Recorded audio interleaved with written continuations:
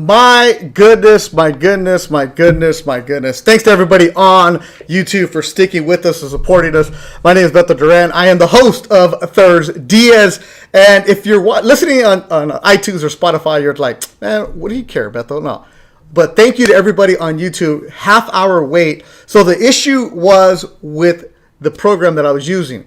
Now, if you're watching this on YouTube, you want to see what Joel looks like. You want to see what Roberto's drinking, right? What $15,000 bottle he has. So the issue that we had was that you could only hear them, you couldn't see them.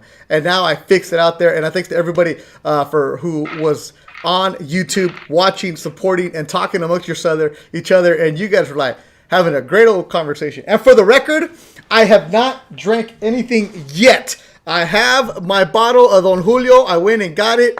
I haven't opened it up, but damn it, after setting that up, I need a pinche shot, and I'm ready to go because it's ThursDIAZ, Joel Diaz, Roberto Diaz. You guys talk amongst yourselves. I'm going to give me a shot, man, because I need it right now.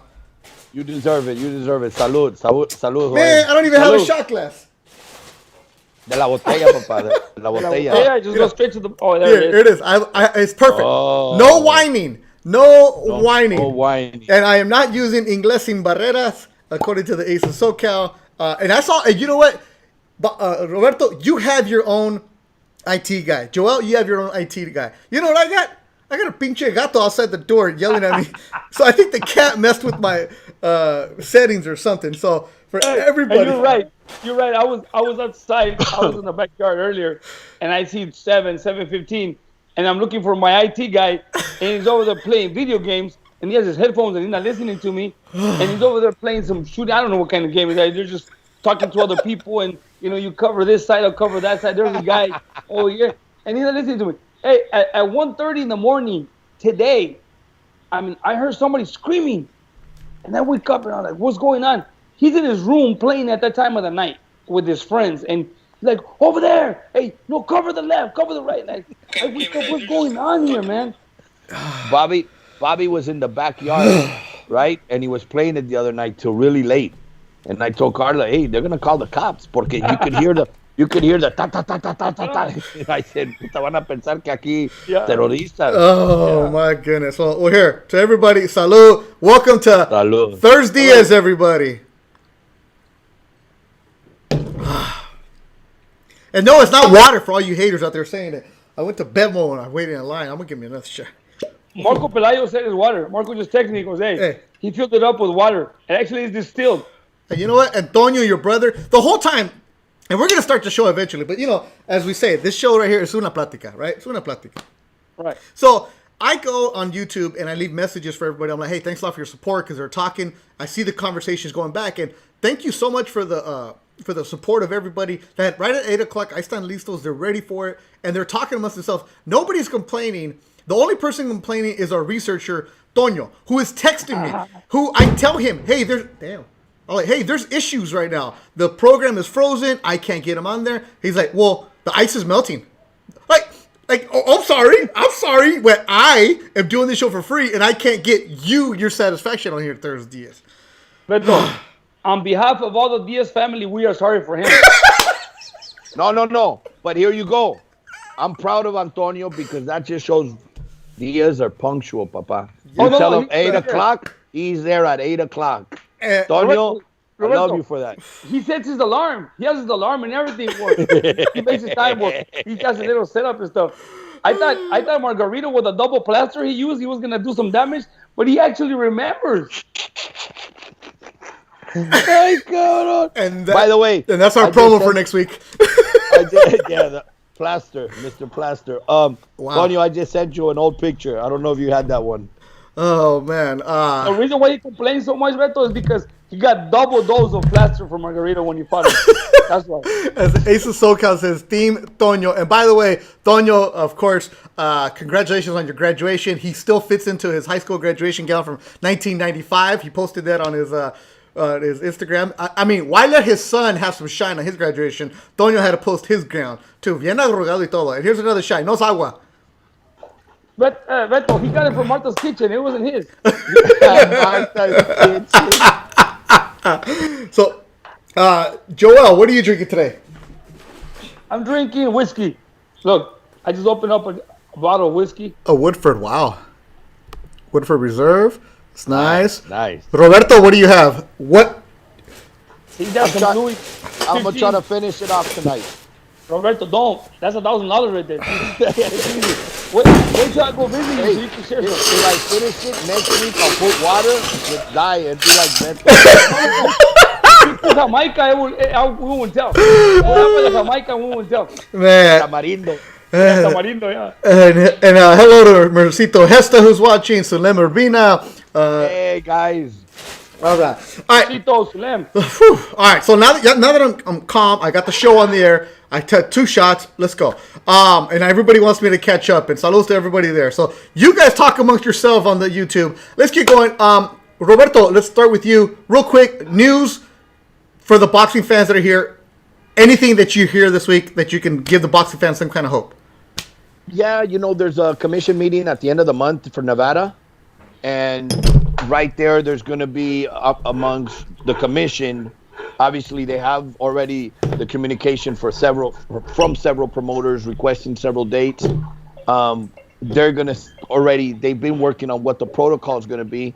So hopefully before the end of the month, we're going to hear that next month or in July, we're good to go and to get started. I mean, everybody's anxious. Fighters are anxious to get in the ring. The fans are anxious to watch the fighters get in the ring. And us as promoters, we're anxious to give the fans what they want and to provide the fighters with the opportunity to fight. So I think we're close, Beto. Yeah, I think we're very close. And Top Rank has said they're going to have shows in Las Vegas. And I don't want you to speak about another promoter, but for the Golden Boy side, what's the latest for you guys and your fighters? Well, we're waiting for the commission to make a decision. If Top Rank gets the dates, that's a good sign. We hope that everything goes forward with Top Rank because, hey, we're right there, right behind them, to make those dates. And if Top Rank goes through with their dates that they have right now contemplated, you'll see a few Golden Boy fighters fighting against some Top Rank fighters. So we're excited. Is that something where right now promoters are going to have to work with each other to get the cards going? I'm glad you asked that question. It's something not right now. It's something that should be done back yesterday and before this. But hopefully now, and this is a call where I'm sending out to all the promoters out there, let's put the best against the best, guys. Let's stop with the games. I mean, look, we don't know if we might go through this next year or another time, and hopefully not. But in the meantime, no tengan miedo. Let's put the best against the best. At the end of the day, boxing wins. Fans win. Fighters win. And you know what? You're going to win some fights. You're going to lose some fights. But boxing wins in a general. Let's do it. Your best against our best against their best. And like football, NFC, AFC, they got all the different conferences. Let's do it. Best against best. Tournaments. Okay, you mentioned tournaments. Remember, there was a few years ago, there was the super middleweight tournament or stuff like that. Is that something that's possible? Or is it just going to be individual shows? I mean, I think individual shows, but look, tournaments are always good. The only thing with tournaments that makes it tough is it's not like football or baseball. It's going to happen next Sunday. Fighters get injured in camp. There's cuts, there's injuries. So the fight that you thought was going to happen next month might not happen. Then you got to get a fill-in. Or you got to postpone it, so a tournament can go very, very long. Okay, I got However, if promoter A tells promoter B, hey, let's do a card, 5 fights, 5 fights. I'm going to put my 5 best against your 5 best. And then the other promoters do the same. Guess what? The winners of those 2 cards can go on and do their own promotion on the 3rd card. So at the end of the day, we got to get creative. We got to get, work together. Put all egos aside, but boxing wins when the best fight the best. It's been done. It's just some promoters don't like to take the loss. They're taking notes, and it's like, no, you know what? I can't lose. I don't want to lose to them. Let's just do it. You know what? You're going to win some. You're going to lose some. That's as out of the here. Gonzalez checks in and says the World Boxing Super Series. You have that kind of style. Remember that was that bantamweight tournament. I mean, there's different kind of ways, but Joel, it's a different world. And I know you have some of your fighters not in camp, but they're training with you. But what's the attitude and mindset of some of these fighters? Because look, you can only run so much. I see Emilio Sanchez running, I think, a marathon already by now. But you're running, you're training, but it's like at the end of the day, there's no end goal for you. How hard is that? It is hard because fighters train based on their motivation. If there's no motivation, I mean, they're just running like Forrest Gump, you know. And some of the fighters that are in camp right now, they're training, but with no pressure of a fight, because like I told some of the fighters, I told a couple of fighters a couple of days ago, I said, look, when you guys come in the gym, you guys just shake out, you know, shadow box a little bit, hit the bags. Because they asked me, Coach, what do you want me to do? I'm like, you know what? Honestly, do whatever you want right now. You know, I'll help you guys once in a while right now. Because if I start putting pressure on you guys right now, I mean, it's too long. We've been in quarantine for what, 2 months, almost 3 months, going 69 days today. Yeah. Jeez. See, so it's too much. And then if we start a camp, like if Roberto calls me and says, hey, you know what? We have a fight in July, and we start camp now. I mean, it's too much, you know. So right now, basically, they come to the gym. Basically, they're training. I mean, maybe 2 to 3 days a week. I get in there with them and, you know, correct some stuff. Some of the fighters that need a little bit more work, I spend more time with them, just correcting them. But no heavy work, no physical work, like heavy work. Sometimes they come in the gym. They don't do boxing. They just do some strength and conditioning, just physical work, and that's it. Because once everything opens up and we start again, it's a commitment. It's a fight. Now you start training for a fight. I think every fighter gets some motivation based on the date. If you get a date, you get motivated. There's no date. Some fighters, you know, they're like, okay, they'll run one day. They'll run, you know, because there's no motivation. There's no sparring going on, right? No, I have sparring. Oh, you do? You know, I have sparring. Yeah, I do. Okay. I mean, but it's not hard sparring, right? Oh, well, I mean, it's not easy either. I mean, as in, like, you're not putting guys in multiple rounds where it's just more. Oh, no. It's more to move around. Yeah, I mean, they just get into work just to maintain their timing and their distance, you know, and get in there.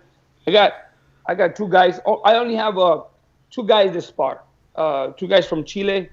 You know, they spar. One of them spars Brandon Lee, and another one spars another kid from Coachella, because right now, most of the guys that are here in camp with me, they're Muslims, and they're going through Ramadan. That's right. So they don't spar during that time, you know. So as soon as fasting. Ramadan starts, yeah, they're fasting, and they can't punch each other. So, you know, after Ramadan is over, then they can spar. But then nobody else has been sparring but 2 kids from Chile and Brandon Lee. That's it.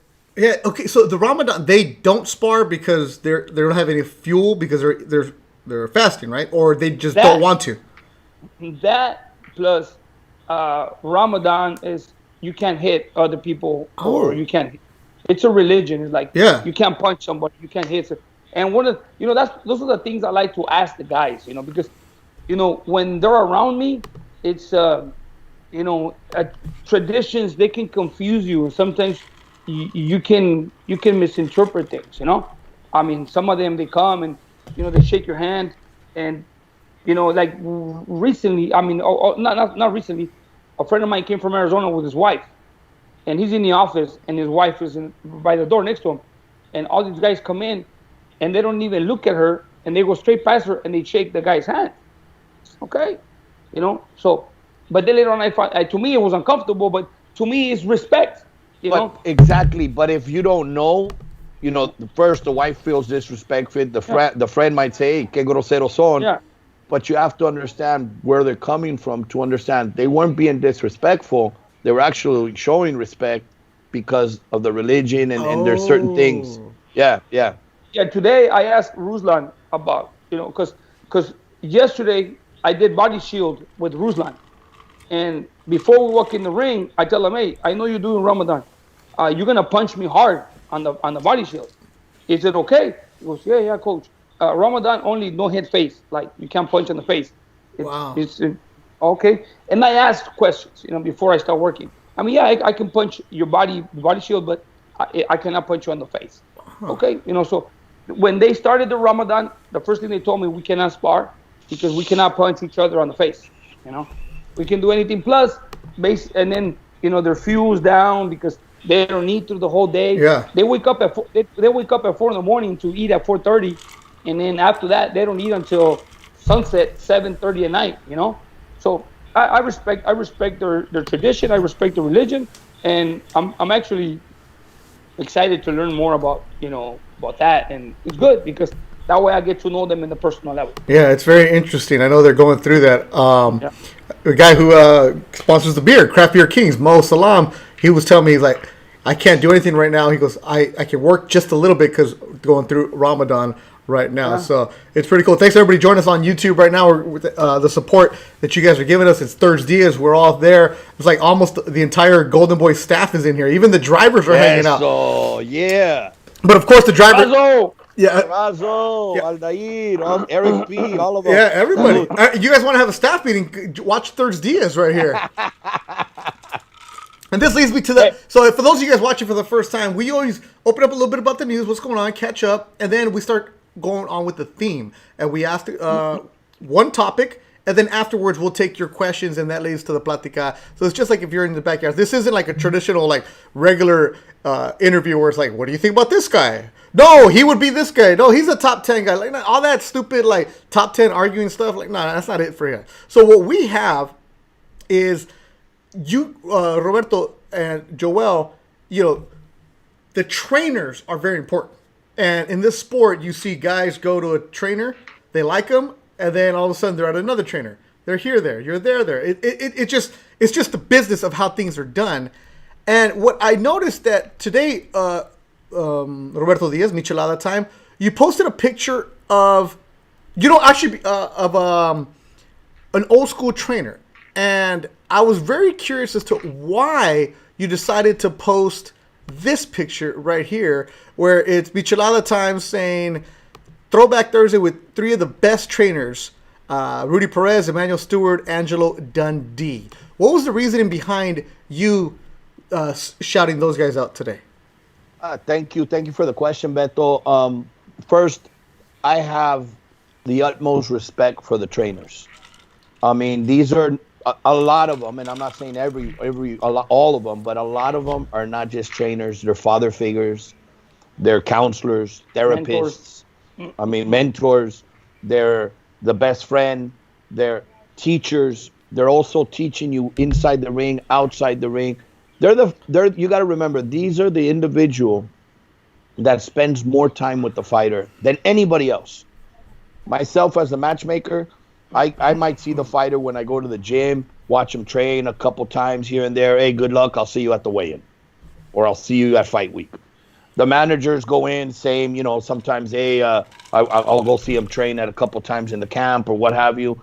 But the trainer's there day in, day out. The trainer could be sick and not feeling good, but his fighter is fighting, has a fight coming up. So they're the ones that are there. A lot of the times, they're not protected. They're not protected. And what I mean by that is trainer, fighter don't have contracts. So that's where you could see a trainer that's brought up a kid since he was 5 years old. All of a sudden, the kid's ready to go pro. Big contract, a lot of money here and there. Big fights coming up. Hey, coach, thanks, but, I'm going to go get somebody more known or with more name, or because my career, I have to take it to the next level. Adios. So, all that time, all that investment can leave. It can turn around on you. So the post today was a post that I, Throwback Thursday. It's an old pictures, but three of trainers that I feel are some of the greatest trainers that worked in boxing, and that all three have passed away. I was very close with Rudy Perez for many years. Obviously the trainer of Marco Antonio Barrera since he was 6 years old. And during my time with Marco, I met Rudy. I learned a lot from Rudy. All these things that I mentioned right now, of them being the therapist, of being the father, of being the uncle, of being that best friend, of being that authority, I learned all that from him. And sometimes you got to put fire in the fighter. Sometimes you have to pull it back. And you got to know the timing. Sometimes you got to be hard. Sometimes you got to be soft. Sometimes you got to be, here's my shoulder, So why those three? Those were, to me, they weren't just trainers. They were teachers. Emmanuel Stewart, for instance, two quick examples. Emmanuel Stewart, to me, showed me incredible knowledge with two fighters. Tommy Hearns and the Klitschko, Vladimir Klitschko. I think those two fighters had suspect chins. Suspect chins. How successful were they because of the teaching of use your distance, use the jab, and try not to get hit? And how successful was Vladimir Klitschko having a suspect chin, defended the title for so many years, and Tommy Hearns? Angelo Dundee, of course, trained just two names that I'll throw out there, Muhammad Ali and Sugar Ray Leonard, two of the greatest fighters that ever stepped in the ring. And Rudy Perez, obviously doesn't get a lot of credit. I've said it before that a lot of times the trainers from Mexico south of the border don't get that acknowledgement. Rudy Perez was a great trainer. He made Barrera from, like I said, 6 years old, a kid that walked into the gym that didn't know boxing, playing around because his uncle was training, and became a 3-division world champion. So teachers. And that's what this post was today. And Roberto, we see the picture of you. You're really young in those pictures. So you were just, no, I mean, as in like, you were starting off. Yeah, you're very young, but you were just starting off your game into this boxing world. And you could see in the pictures the respect that you have for Angelo Dundee. I mean, that's Angelo Dundee. That's a different level. But Emmanuel Stewart and you were joking around, arms up. What kind of relationship was that with Emmanuel Stewart? That picture was, it's funny because that picture was right after a fight. I guess he called it, I believe it was Barrera against Jesus Salud. And after Barrera, should he have won, which he won, his next fight was with Nassim Hamed, who Manny Stewart trained. And we bumped into each other outside the casino at the Valet, and we both had a few little drinks, and we just hugged each other and said, "Hey, we're gonna beat you." "Oh no, you're not." And he said something on the broadcast that night where he said, "I think we picked the wrong Mexican," something like that, because Hamed could fight Morales or could fight Barrera, and they chose Barrera. But Barrera came in with the Jesus Salud fight and boxed, something nobody had seen. And that day he looked amazing. So Manny on the telecast said that. So I reminded him when I went out there. I didn't hear it because I was there live at the fight. But I reminded him, hey, we're going to beat Nassim. We're going to beat Nassim. So in one of the hugs, in one of the pictures, he's grabbing my finger. And I didn't know what he was doing, but he's laughing and I'm laughing. I'm like, what are you doing? He was trying to put my finger up my nose. But he was a great guy. All of them. I mean, legends, and may they all rest in peace. We'll never forget them. Yeah, Emmanuel Stewart, I mean, the only time I interacted with him was once. It's when I started off in radio, maybe 2002. Remember, Johnny Ortiz used to have a radio show on ESPN Radio and here in Los Angeles, and I was the guy who would answer the phones on Friday and Sundays. And on Sundays, we'd always call trainers. And Emmanuel Stewart and Johnny Ortiz, who ran late Johnny Ortiz ran the Main Street Gym in downtown, he would have these like minute-long intros of the fighters or the trainer. And he went off about Emmanuel Stewart. And Emmanuel Stewart said, "Johnny, I've never heard anybody talk about me like that." He's like, "Well, you're one of the classiest men out there." And then afterwards, our show ended like at 9 o'clock on a Sunday. And I'm like in my early 20s. And Johnny Ortiz will start telling me these Emmanuel Stewart lines. And he kept saying, he goes, "But the man is all class." He's like, "That's a man's man." And I didn't know what it meant at 22, 23 years old. But now I get it. Como dice, el hombre es hombre. That was him. And Joel, did you have any kind of interaction with him? Yeah, when we started, I think it was when Bradley fought Devin Alexander, or it was one of the tours with Bradley. We stopped at his gym and we trained, and hospitality was great. I mean, every time I seen him, we spoke. Great guy, gave me advices. I was barely new in the business, just coming up as a trainer, but he was a great guy. When he opened his doors to us to train in his gym, it was great. I remember he brought Tommy Hearns in. Oof. And got in the ring with Bradley, and took some pictures. That was really good. He made it happen for Bradley because Bradley was asking if he would take a picture with Tommy Hearns. And he says, "Well, I'll make it happen. Don't worry." And he brought Tommy Hearns and in the ring. Yeah. Great guy, man. He like, he managed one of your fighters before I did. no. Oh yeah. Dominic Salcido. Yeah, Dominic Salcido. Dominic Salcido. Manny was his trainer for a while. That was how him and I started talking.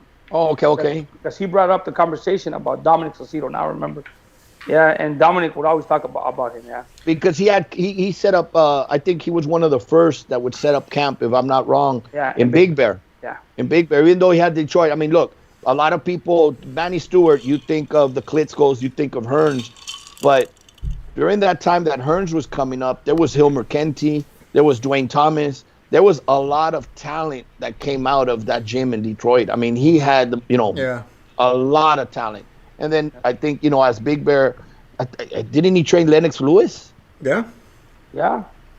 So I think, they moved into Big Bear and started training a lot there and stuff. And that's where he met, I think, Dominic and the sister for a while. And then he started managing Dominic. Yeah, the Kronk Gym, the clothing brand Roots of Fight, they just put out a shirt, Roots, Kronk Gym. And you see that anywhere. And it's like, that's the thing where, I mean, we're in a good era of boxing. It's always good for boxing, but those eras were Hearns and Hagler and Duran. And you see the footage of just a old school gym. That's why I like going to the Boys and Girls Club where you're at, Joel, because there are no frills. It's you see spit on the ground, you see a bucket, and it's just like when Rocky walked in and Mick's yelling at him. Those kind of things, that attitude, that ambiance. It's different. Yeah, my first time coming into New York, my very, very first time coming into New York, we went to this gym. It was on, I remember what was the name of the gym in New York. My very, very first gym I went to, that was when we're out there with Bradley. And walking in the gym, you can smell it. I mean, you can smell the gym. And even if you were a trainer and you get on that ring, on that canvas, either you had some boxing shoes or take off your tennis shoes. And everything was like old school. They wanted it that way. They wanted that old school look. I mean, even the smell of the gym. And I understand a lot of people, they come to boxing gyms and they're like, oh, it smells bad. But I mean, it becomes part of our tradition, part of our nature, the smell of, and that's just the way it is. I mean, if you see on the canvases are basically stained with blood because during sparring, you got bloody noses, sometimes cuts, you never know. And yeah, we do clean them off and on, but I mean, basically the buckets are always full of spit. I mean, the funnels, you have to clean all that, but it's just a gym. It's pretty cool because like I bounce around. New gyms come out here, but something about the old ones where like I like going to your gym because you have pictures of Toño when he was like 19 years old, and anytime you go somewhere where you have the old fight posters, it's cool, man. I like going and seeing something. And you see the poster from like a Tijuana guy in 1984. Yeah. Well, the other day I found a fight poster of El Estrellita, who trained, Pinche Estrellita, of him weighing at 118 pounds. And it's like the way that they made old school posters. That's why I liked your post today, Roberto, about the old trainers and just the way that they did. And it was, there weren't no 35 punch combinations that we're going to do a mitt work for so we can post it on Instagram for likes. It was 1, 2, snap, and move. And like I said, I'm not an expert, but just something about that ambiance. And Joel, isn't it true? Like, I've noticed that sometimes fighters, cuando se les sube poquito, they always go back to their roots, right? It's like, let me go back to wearing dirty gray sweats and without my track team and 35 guys around me.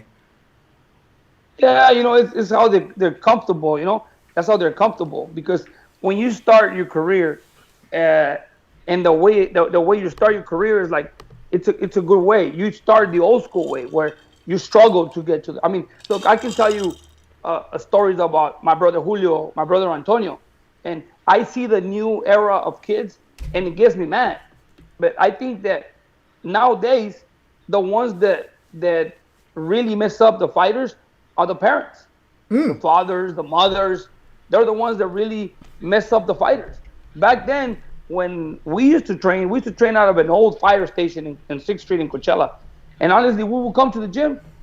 Before, it was like, I mean, first of all, we couldn't afford boxing equipment. We didn't have the luxury of, you don't have boxing shoes or whatever. Nah, I'm telling you, every time, and Antonio listening, every time we were gonna spar, we didn't have a mouthpiece. We will go to the bathroom, grab toilet paper, and put it in our mouth, and just bite on the toilet paper to use it as a mouthpiece. Okay, there was times in which Julio, Antonio, and everybody, because the fire station is next to a park, and then all of a sudden, hey, the kids are gonna spar. They're playing football outside. They're playing football. They're running around. I mean, wrestling on the grass. They come in, they do the sparring, and they go, and they come back, and they used to go fight, and they never got tired. And nowadays, you see kids at age 11, 12, they got personal strength and conditioning coaches. Like, are you serious? Oh, I mean, I understand, but I mean, nowadays, kids, they get in the ring and they got to have some winning equipment to spar. Before, there was none of that stuff. I mean, I'm telling you, I've seen crazy stuff where kids, like, they got a blue headgear, a blue cup, and if their shoes don't match that, they won't spar.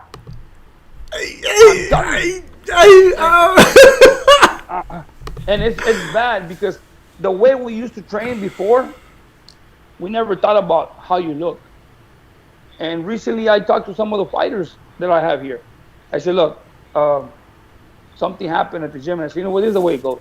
I'm the type of trainer that, I mean, when you get in the ring, you're not going to go in there and model. You're not a model. You're not going to model anything. You're going to fight. Forget about your looks. Don't be trying to comb your hair or try to look pretty. Go in there and fight. Listen to what I'm telling you and just go in there and fight. Have no respect for your opponent. I mean, you're not going to get in there and, you're not going to go into a modeling class. You're not going to be in a pastorela, And you're like, okay. And that's just the way it is. Nowadays, fathers, mothers, they pass on the weakness to the fighters nowadays, and they pamper them too much. And that's it. Recently, I get kids that come to the gym. Hey, coach, can you train my kid? What does he need? Nothing. Some gloves? No. Can I buy them this? Don't buy them anything. Because once you start buying them, and then they'll expect more. They got to earn it. I mean, I believe that you got to do it the old school way. When a kid does good, a kid wins a tournament, okay, you know what? You won the tournament, here's a pair of gloves, brand new. And then later on, you win, you get another accomplishment. Boom, I got you a pair of boxing shoes. Nowadays, before they even step in the ring, they already got winning gear. I mean. And winning's expensive, man. There's pros who don't even have winning. Exactly. That guy for winning, he doesn't give a discount to anybody. And that's the thing that they get what they want, and I think boxing is a poor man's sport. Yeah. I mean, you gotta be hungry. Not only that, but it that's how it begins. And the amateurs, they're spoiled to get what they want to do, what they should love to do. But then you take it to the pros. They're going to sign. And I'm not just saying we're going to any promoter. That's an opportunity to take your career to the next level. Well, a lot of times, no, if you don't give me so much up front, we won't sign. That's like me, Beto, going to knock at somebody's door and say, can I cut your grass? Yeah, sure, because I'm hungry. I want an opportunity to make some money. I cut grass really good. But I need a bonus if I'm going to come cut your grass. Or you got to buy me my machine. You got to buy me my scissors. I mean, I'm giving you an example. I believe, yes, if you win a medal, if you win, you're coming decorated. Okay, yeah. Obviously. There's a bidding war to sign you. Great. Okay, the cards are your hand. Top dollar, you deserve it. But a lot of the fighters that are, let's say, unknown, not signed, they want to get signed. There's some talent there.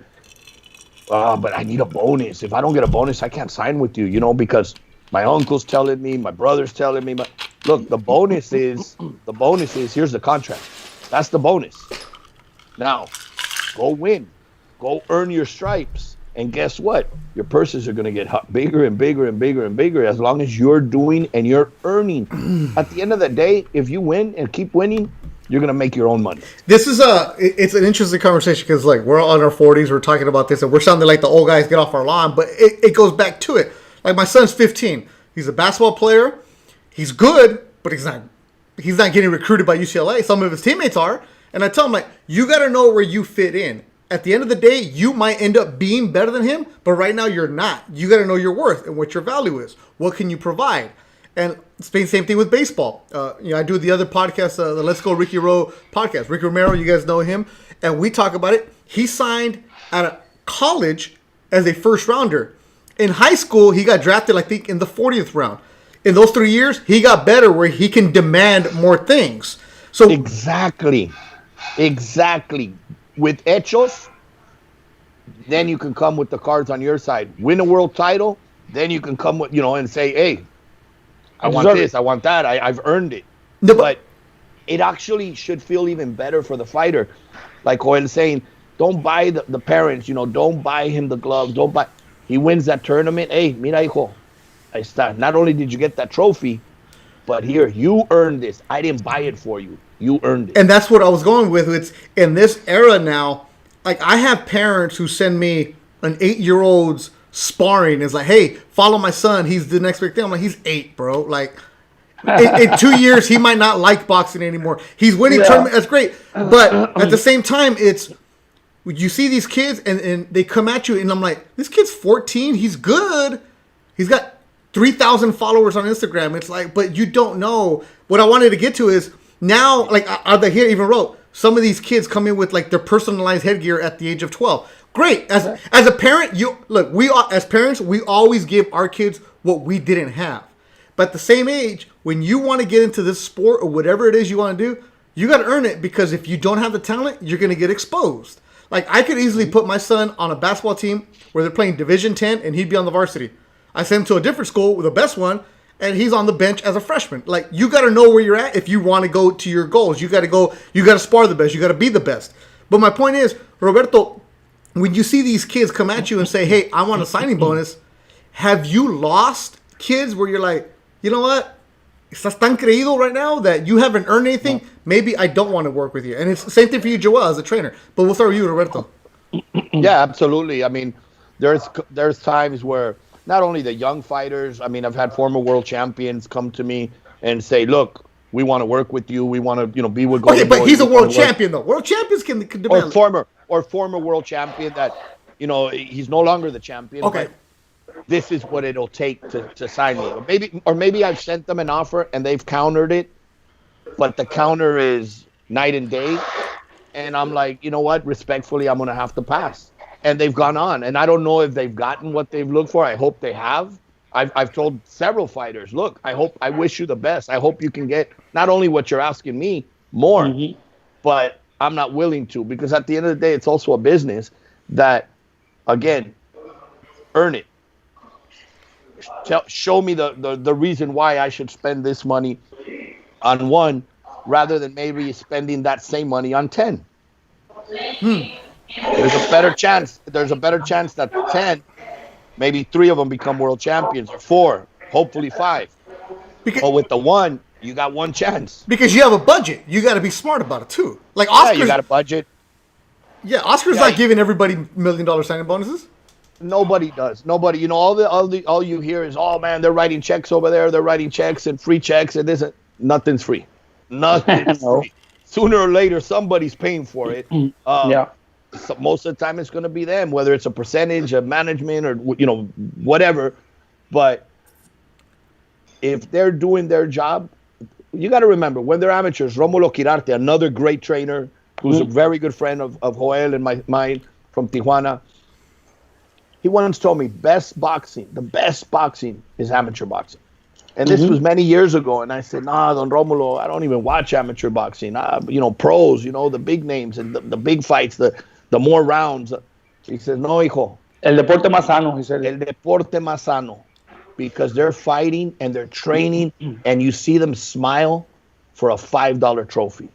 Yeah. Once they go pro and the money starts coming, it becomes now a business, and that part is okay. It becomes a business, of course. That's how they have to make their living and sustain their family.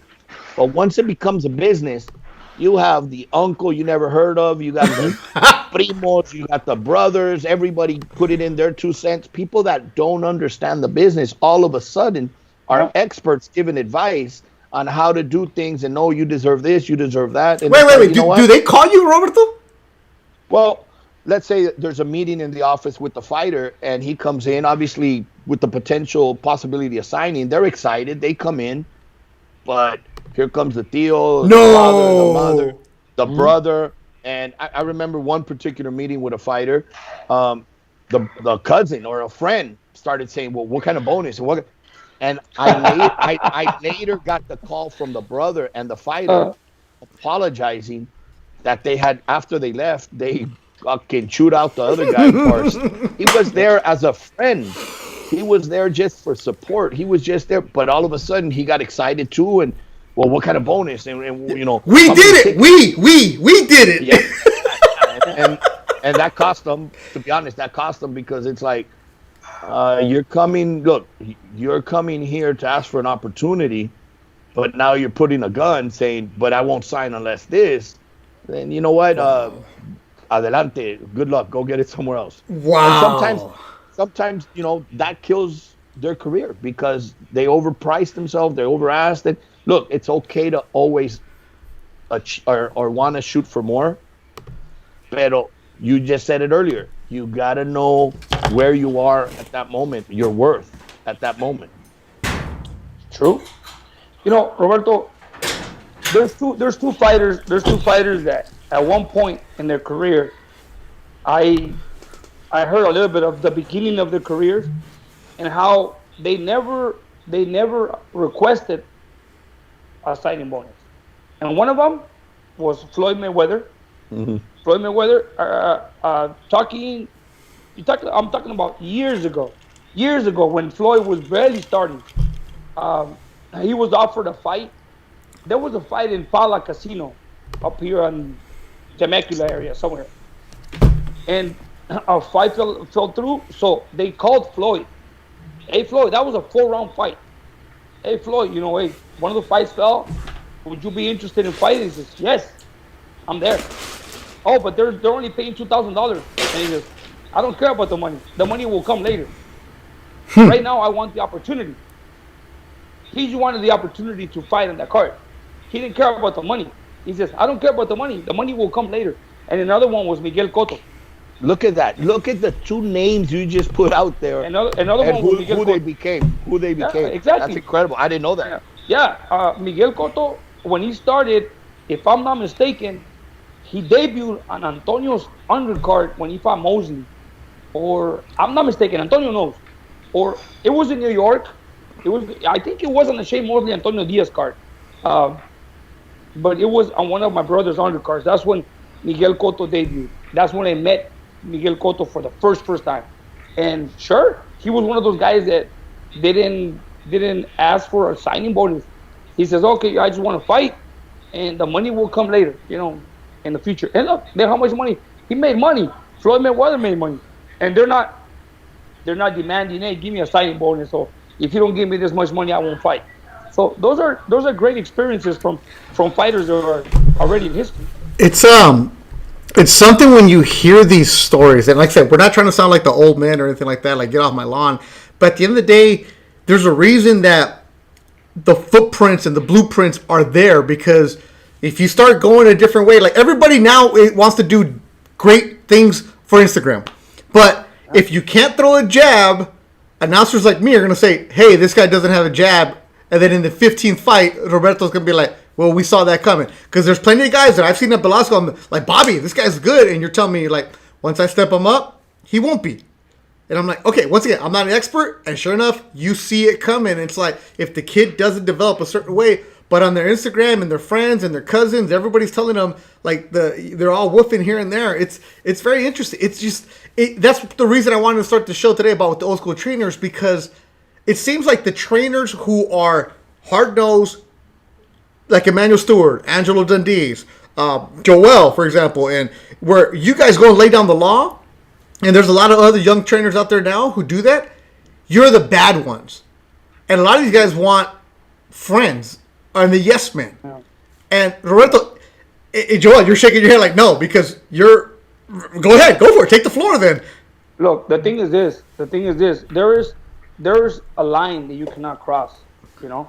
I mean, like Roberto mentioned earlier, trainers, and I can tell you from my part, I'm a trainer, I'm a boxing trainer, I'm a strength and conditioning coach, you know, I'm their cut man, I'm their mentor, and sometimes I'm their doctor, you know, because at one point in and psychiatrist. Yeah, sometimes I hear I put in some of that energy that I want to see in that fight. That's why I speak to them and I make them clear what I expect from them, even before we step in the ring. Before you walk in the ring, sometimes you win the fights before you even step in the ring. And I talk to the guys and I always tell them what I expect and what they're made out of. And they like that. Going back to the same thing. There's a lot of fighters out there that they expect for the trainer to do everything, like carry my bag, do this. No, come on. But at the same time, it's the trainer's fault. I've seen trainers that they forget they're trainers and they become friends. And once they become friends and personal friends with fighters, then they lose their respect. I've seen trainers drinking with fighters. You never see me drinking with a fighter, with any of my fighters, because once that happens, it's like you already lose that respect. It's like, it's okay, he's my friend. And then later on, they don't treat you no longer like a coach. They treat you like a friend. So whenever you want to push them, they're like, come on, just whatever, and they ignore you. And that cannot happen. And that's when that relationship starts fading, between a boxer and a coach. And that's the reason why you gotta put your foot on the ground and say, hey, you know what? I'm the boss here. You came to me because you needed a coach. Then why are you here then? Then you know what? Just pack up and go. I've done it before. Where, you know what? If you're not gonna do what I'm telling you, then you don't need me. Find somebody else.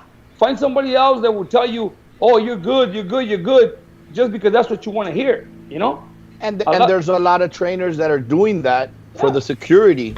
It's job security.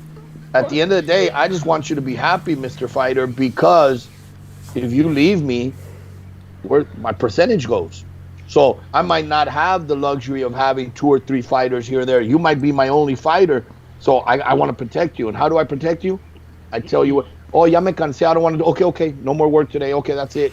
No, you want to push that extra round. You want to push that extra mile. You want to push, because come fight night, you might be pushed. So you want that fighter to grow those callos in training to be able to go through it in the fight. I'll give you an example of what I learned with Rudy Perez. And real quick. Rudy Perez, for the people who don't know, trained Barrera? He trained Marco Antonio Barrera since he was 6 years old. Throughout his career, He was, even Marco, Marco says it, he was like a second father to me. He also trained Israel Vasquez for the fights with Marquez 2, 3, and 4. Trained Jorge Barrios, trained Maidana for a couple fights. So, he trained some of the fighters, but his whole career was with Jorge Barrera, Marco's older brother, and Marco. Rudy Perez, after Israel Vasquez lost the first fight with Marquez, people thought he was done. It was over. He should retire. That fight, he was with Freddie Roach. And if you remember, his nose was broken. The fight, Marquez won. In the second fight, I had spoke to his manager, Frank, and I said, I think they were going to go with a different trainer. I had read something.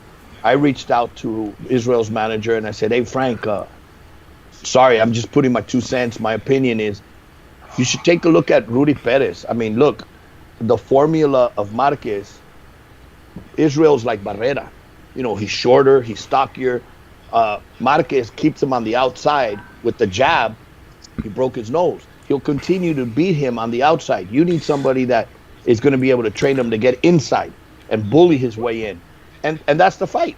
So in the second fight, I remember Israel telling me after, during the camp, Rudy called me and says, hey, Bobby, mándame sparring para Israel. So, okay, what are you looking for? 126 pounder? No.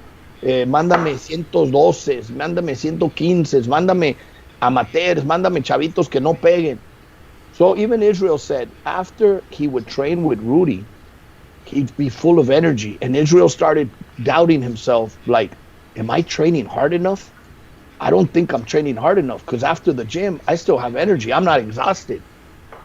But come fight night, and this is opposite of what we're saying, like put them in through fire in the gym. Rudy was taking care of Israel with pinzas. He didn't want Israel to take no punishment. He wanted little guys, 108 pounds, 110, just to move around, because Israel was a veteran. He said, Bobby, yo no necesito la guerra aquí. Necesito llevarlo fresco a la pelea. I want him to be fresh in the fight. And what happened in the second fight? We got a war. Israel knocked out Marquez in the second fight. Israel beat Marquez in the third fight. But I learned there's certain fighters, especially at a young age, they got to go through fire. They got to be tested. Yeah. But then when they become veterans, they've been in too many wars, cuídalo in the gym. The sparring's now going to be more of getting your distance, getting that lion fresh para que llegue a la pelea lo más fresco posible y deje todo en el ring para la pelea where he's getting paid. Well, that's the thing. When you're the salty vet, you know what's going on. It's like a young kid, you better do this, and this. And Joel, you know this as a trainer. If a veteran guy who's been there, who's won a world title, tells you today I'm tired, you believe him over the kid who's 21 and was playing Fortnite till 3 a.m, right? Of course. See, and you're gonna train like Roberto says. I've done it too. I've done it many times with fighters, as like Antonio. When Antonio was towards the end of his career, Antonio beat an undefeated fighter, a prospect coming up. When Antonio was retired, Antonio was almost retired, and he was fighting a guy that was like 19 and 0 with an 18 knockout. Jeez. And they were like, wow, we took the fight. And I told Antonio, look, Antonio, you're already towards the end of your career. We train different.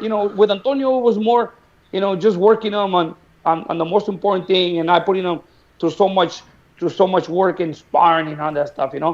I mean, when fighters get to a certain age, you got to train them different than a young kid coming up, because now they have the experience already. Fighters that are veterans already in the ring, they can take 6 months off, and they'll come to the gym and they'll spar 5-6 rounds, no problem. And it's not that they're in condition; it's because it's the experience. It's experience. Look at Mike Tyson the other day that did a little clip. Yeah. Jeez. Muscle memory. Yeah. I mean, look. That's one thing what he did there with the mitts and everything. Put him in the ring. Depends on who you put him in the ring with. Yeah. He'll probably still knock him out because the punch is the last thing to go. He'll probably still hurt any of us. But if he gets hit, exactly. Yeah. Once he gets hit, ya es otra cosa. Age. Exactly. You can't mess with Father Time. You can't mess with Father Time. Yeah, and just to clarify what we were talking about earlier, our researcher, Toño Diaz, says, and hopefully the ice hasn't melted, Miguel Cotto fought his third fight on Julio's card in New York when Julio fought Justo Sensacion. There it is. So our research department comes in. Right now, that's a good, now that you mention it, Miguel Cotto. So I'm having dinner with Miguel Cotto in Vegas, in Vegas. And this is after the Austin Trout fight. Now, Miguel Austin Cotto, Trout in... He fought Austin Trout in Vegas, I believe, Okay. or New York. New York. It was in New York. So Cotto and Trout fight. Yes, Okay. but no. When I having dinner with him, it's way after. We're in Vegas, and during dinner, I said, "Hey, Miguel, let me ask you something. I saw on the 24/7 when you were preparing for that fight, or if it was Showtime, the special, you were going up the rope and down and doing things that, with all due respect, shouldn't that been for the young guy, the young fighter? Not that you're old, but for that young kid." He goes, yeah, but I was doing what the trainer was telling me. And what happened? If you see Miguel Cotto in that Austin Trout fight, that wasn't Miguel Cotto. He left everything in the gym.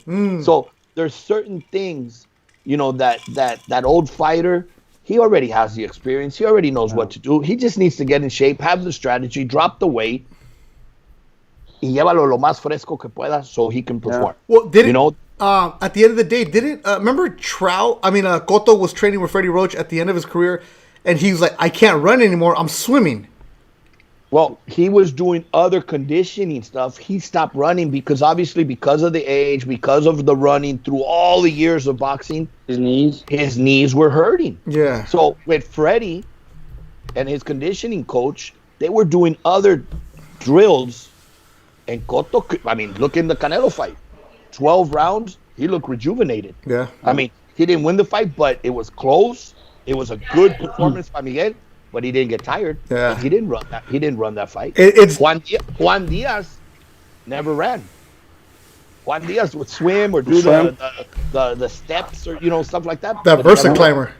Yeah. Yeah, it's different. I mean, that road work. Look, I started running again because I'm gonna do another marathon. But damn, the road hurts. Yeah. Look, Beto, I'm gonna tell you another story. When Francisco Vargas came to me, it was after the Burchett fight, the first Burchett fight. Okay, I was there, Fantasy Springs Casino. Yeah, I worked Okay, that fight. He got worked. Okay. Yeah, and you know why?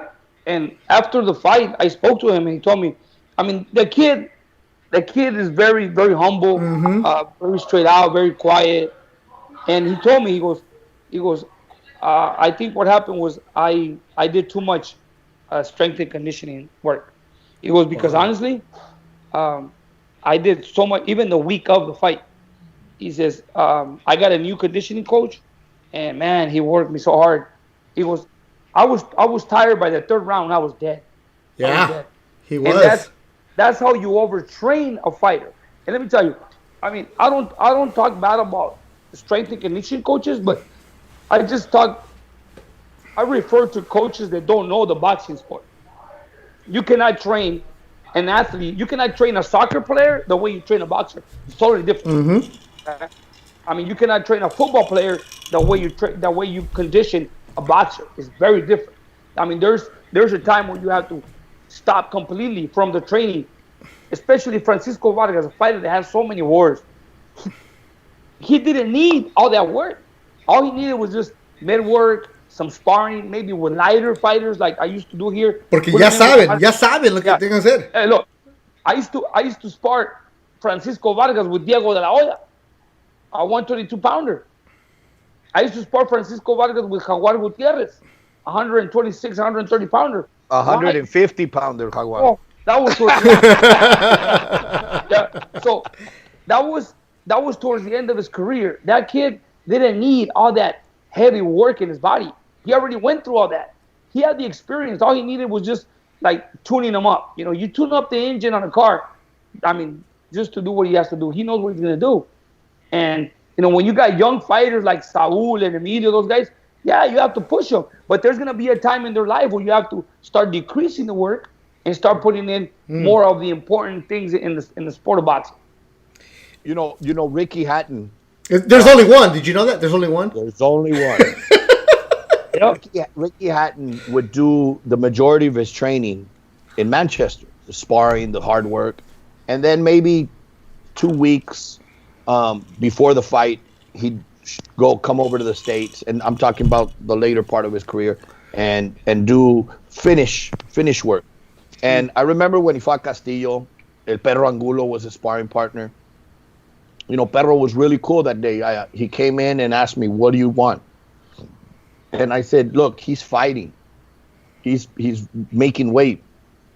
Obviously, you're bigger. Just work."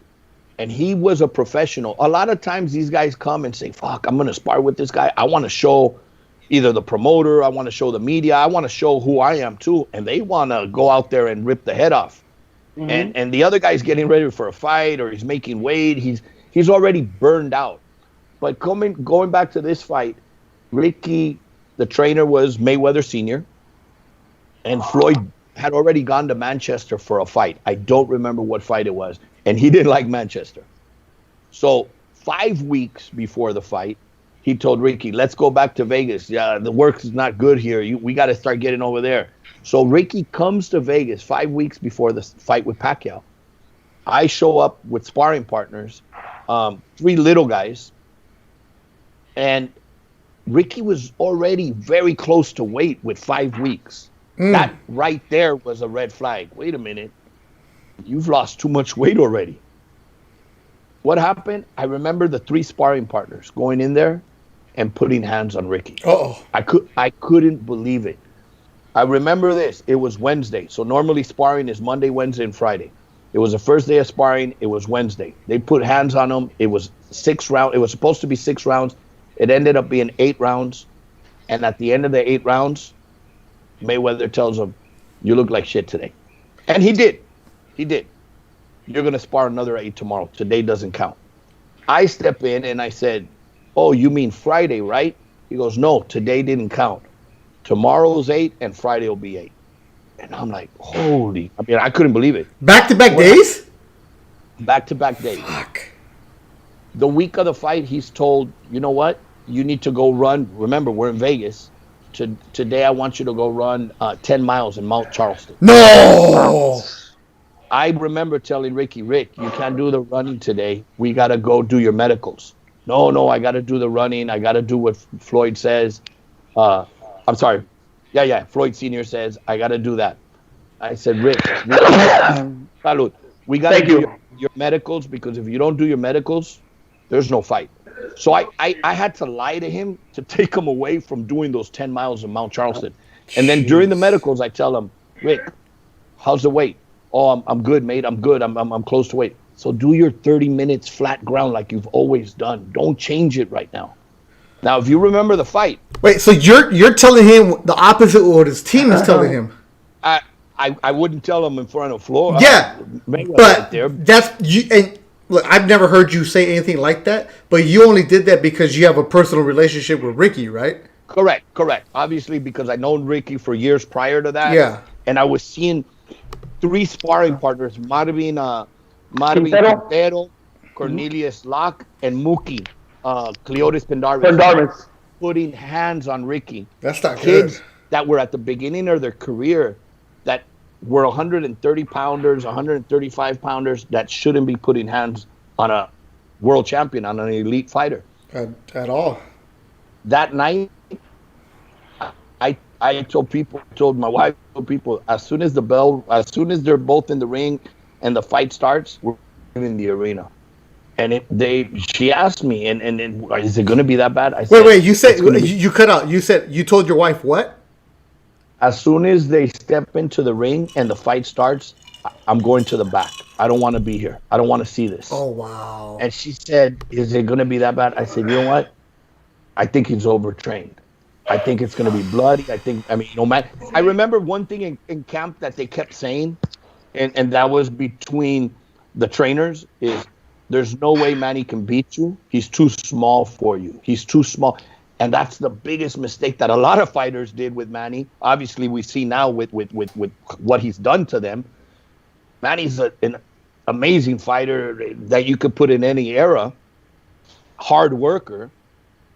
And look, he knocked him out. That for a second there, you were afraid that Ricky wasn't going to get up. I mean, he was out without moving for a few seconds, and it was like, oh my God, this kid's really hurt. And obviously he got up and went to the hospital, got checked out. He was okay, but that Ricky jokes about it and says my first 2 losses were to Mayweather, and I'm like, no, it was to Mayweather and Manny Pacquiao. He goes, no, it was to Mayweather Jr. and Mayweather Sr. Yeah. I mean, look, the thing is this: when you have a fighter in camp, and the week before the fight, you basically close camp. That's it. Because this is the way it goes. By the time you close camp, which is a week prior to the fight, you're done. The week of the fight, if you train a fighter the week of the fight, you're not going to do any good for the fighter. Because the week of the fight, what are you doing? Just shaking out, lose some weight? Yeah, just shadow box a little bit. Maybe go to a treadmill and just jog slowly in the morning. Just basically focus on the weight. The fighter needs rest the week of the fight. All the work is done. That's what you're supposed to have the work done by the time you leave your gym. And if the work wasn't done in those 6-8 weeks, you're not going to do it in 1 week. Yeah, you're not going to do it in 1 week. Yeah, that's when you're fighting that's when you're fighting the scale and you're telling Razzo, hey, and not only that, but if you didn't do it back then, in 1 week, you're only going to burn out the fighter more and take them less prepared. You're not taking them more prepared. No. And that was the whole point. That last sparring session, I remember grabbing the 3 sparring and telling them, Marvin, Cornelius, and Mookie, come here. Guys, today, I need you guys to let Ricky just oh my God, beat you guys up. There's no way you said that. I needed the fighter at that moment to mentally think, if not physically, mentally strong. You got to be. That's where the coach's job, the trainer's job is so difficult. You don't just prepare the fighter physically. You got to prepare them after their training. Damn. The therapy begins in you're much better. Acuérdate for your family. Remember where you come from. Remember this is your big opportunity. Right? So there comes the mental part of preparing the fighter. And I told 3 sparring partners that night or that afternoon, let him get his hands off. And you guys just reciban. Yeah. So when the sparring was over. This is the guy who's getting ready to fight Manny Pacquiao. Correct. And you're telling his sparring partners, calmado. It was the last sparring session. They were going to close camp that day. And I told them, today, let Ricky have his way. But shouldn't Ricky be having his way with these guys no matter what? He should have. He should have. And that's why if he would have been having his way, I never would have had to tell these guys, hey, let him have his way. Because they're going to say, hey, screw you. He's having his way. Because sparring partners should be like, fuck, another day with this guy? They should be like, finally, the last day of me getting my ass kicked. But they weren't. They weren't. And that's why I stepped in to say, what am I going to do? What am I going to... So I remembered, obviously, from experience, from Rudy, from learning from Joel, from all these trainers that, you know what? Now it's going to be here.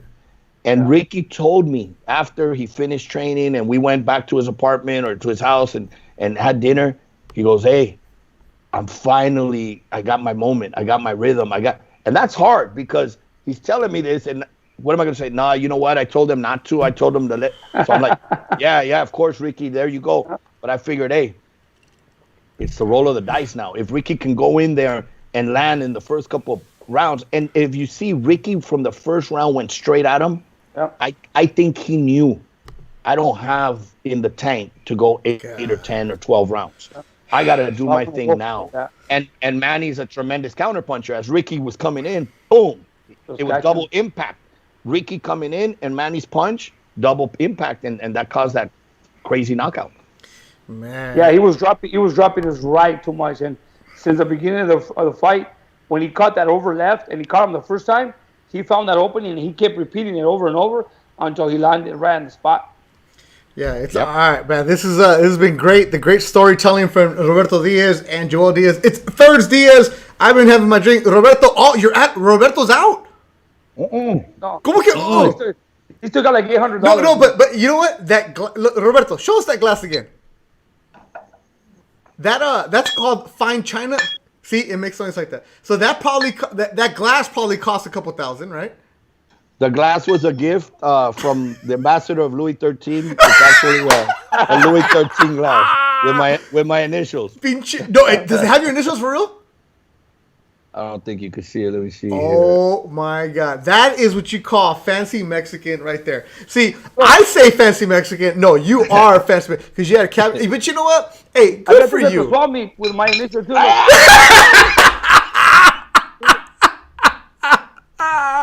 And I bought a set of 4 for $5. And I got a glass. Your house, ese se va a perder porque me lo voy a llevar for días. Yeah, Roberto, and this glass. Don't worry, Roberto. Don't worry. Look. I got 4 for $5. So I share. No. I mean, I got 4. You can take 2 if you want. 1 for you and 1 for Bobby. It don't matter. I mean, you don't have to steal them.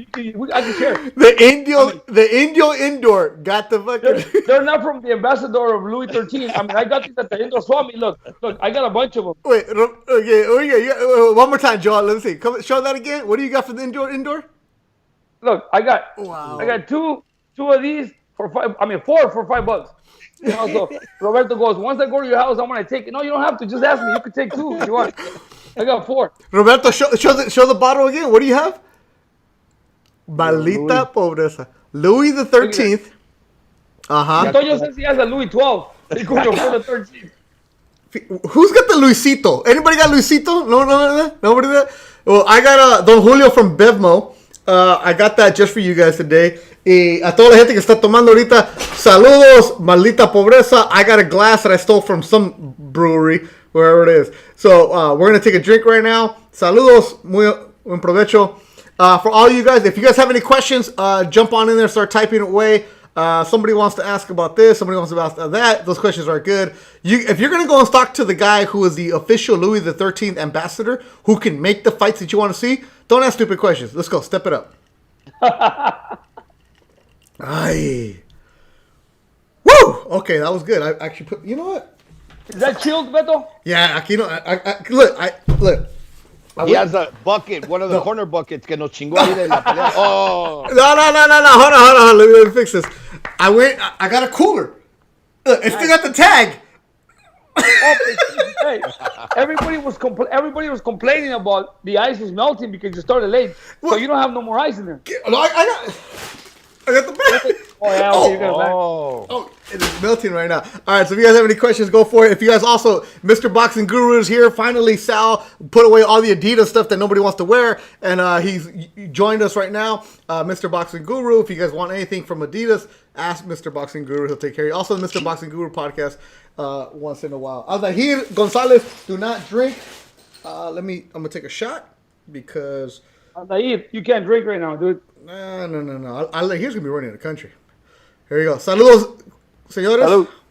As Marco Pelayo would say, only agua. Ay, cabrón. Eso es Hey, Roberto, last time we were out in L.A. for that dinner. Oh, my God. Remember at the restaurant over in L.A.? This is the hombre. Aldair comes around and he goes, I got to go. And he goes, who's picking you up? He goes, I'm driving. I go, what? You drive? Show me your driver's license. And then he showed me a driver. I go, I think you got it over there in the esquina. MacArthur Park. Yeah, he bought it for $25. Decía su licencia Fernando Valenzuela. Cabrón, I was looking at board. He's still like, you are now Fernando Valenzuela. That's a good reference right there. All right. Woo. Let's see. Let's go. What's going on? Okay, here we go. Decía McLovin. Yeah. Chicken, yay. Yeah, I'm buzzed now. I'll edit this tomorrow. Whatever. ¿Qué importa? We don't. It's Friday. What are we gonna do? We're gonna go anywhere? We're not going anywhere. Thursday. What do you mean Friday? It's ThursDIAZ. That's what it is. All right, here we go. Now I have a question for you guys. Starting with me. A separate one right there because the theme today was trainers, and this is something that I wanted to talk about. Nacho Beristain, Joel. You had a moment with him, and I want to give a lot of credit to him.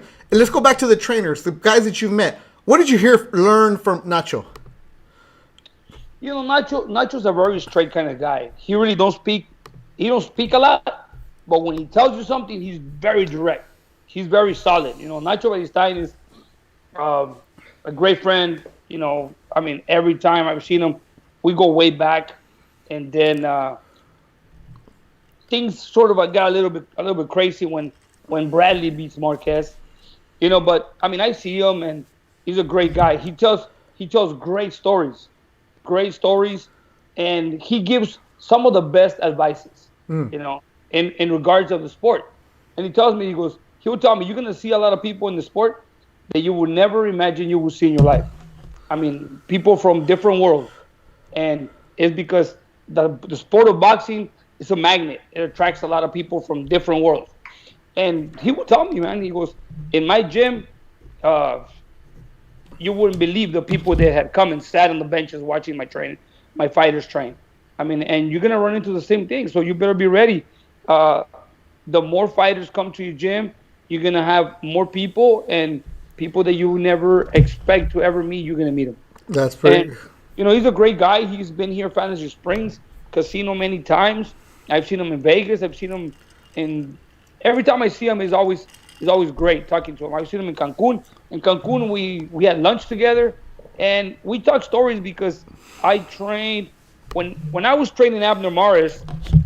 Abner Mares had just left Nacho, and then another fighter that he used to train, Vicente Escobedo, I think. Vicente Escobedo, también. Yeah. Because right after Abner, because Abner and Vicente were really good friends. It was after Abner told me, hey, coach, you know, there's a kid, Vicente Escobedo, bring him. He came down. And then from that, it was Joseph Aguirre. Joseph Aguirre, a kid from Cancun, was training with Nacho Beristain. And then when he fought in Cancun, when I had Roberto Maza Ortiz on that show, that's when I met Joseph Aguirre. Nacho wasn't there. And he fought, and he had a tough fight. Actually, his manager at the time told me, hey, what do you think about this kid? Come and check him out. And I was watching him fight. It had nothing to do with his corner or anything. and I see what he was doing in the fight, and I tell Memo Rocha, I go, Memo, I mean, it's not looking good. He's not doing what he's supposed to. I said, why is he going back? If he keeps going back, he's gonna get hit. And he sure did. He got buckled and he got hurt. I said, you know what? Go to that corner and tell his corner to tell him to switch up the fight. Instead of moving back, tell him to apply the pressure. And when he did that, he changed the fight completely. He was the one. Once he became the aggressor, he changed the whole fight and he won the fight. So then from there on, it's like, hey, you know what? We would like to talk to you. Would you like to train him? But it was just between the father and the uncle. Mm. And then I said, oh, I just don't want that. And you know what? Never been a problem. When the father said, you know what? I like the way you train. Send them over. The father has never been a problem. Every time he's fought, the father's never around. He just comes, says, hey, good luck, gives him a hug, and walks away. He's not one of he's not like those fathers that is right there telling you what to do, what he likes, what he doesn't like. The dad is just comes into the dressing room, says good luck, and he leaves. After the fight, he walks in the ring, congratulations, and walks away. What a concept! The dad is his dad, and then he leaves. And reality, Beto, I mean, as to support your son, that's how it should be. Unless you know and you're a trainer and you're gonna train him, and that's why a lot of times you got to give it up to Manny Robles. Mm-hmm. Yeah. His own son. He's a trainer. He trains some of the top fighters in the world, but he stepped back and I'm assuming, he said, I'd rather be the father to my son than the trainer. Yeah. And he let Rudy Hernandez train his son. That you got to give a lot of props because you don't see that in boxing. Yeah. A lot of times they want to be the father, the trainer, the manager, everything. And what happens is they lose the son, which is more important. Yeah. And the backstory to that is, so Manny Robles was going and using Rudy Hernandez, the brother, great cut man, good trainer. He was using Manny as sparring for some of his fighters. And then so Manny Robles would go spar with Rudy's fighters, and they developed kind of a little bond, little stuff like that. And one day, little Manny, if I'm not mistaken, told his dad, I think Rudy and I have a good bond. Manny Robles said, cool. If that's what you feel more comfortable, go with it. A lot of credit to Manny saying, I'm your dad first, trainer second. And the first time that he fought, I was working for ESPN that night. Manny said I couldn't be in the corner because I wasn't in his camp. Because I wasn't. That he at Fantasy Springs, he stood by the curtains all the way in back. Mm-hmm. When I remember seeing the corner, I'm like, hey, where's Manny? And they told me he's way over there. And I was like, all right, hey, respect. Yeah. That showed a lot. Because what he did was said, look, I wasn't in your camp for this fight, so why am I going to be in your corner? So he walked out with the son, el abrazo, and then he walked away. I interviewed him. He's like, this is hard because he had been in Manny's fight in corner since he was 5 years old. Every single fight until that day. And it was a tough fight. He won without it. Then the next fight, he's like, Dad, I want you in my corner.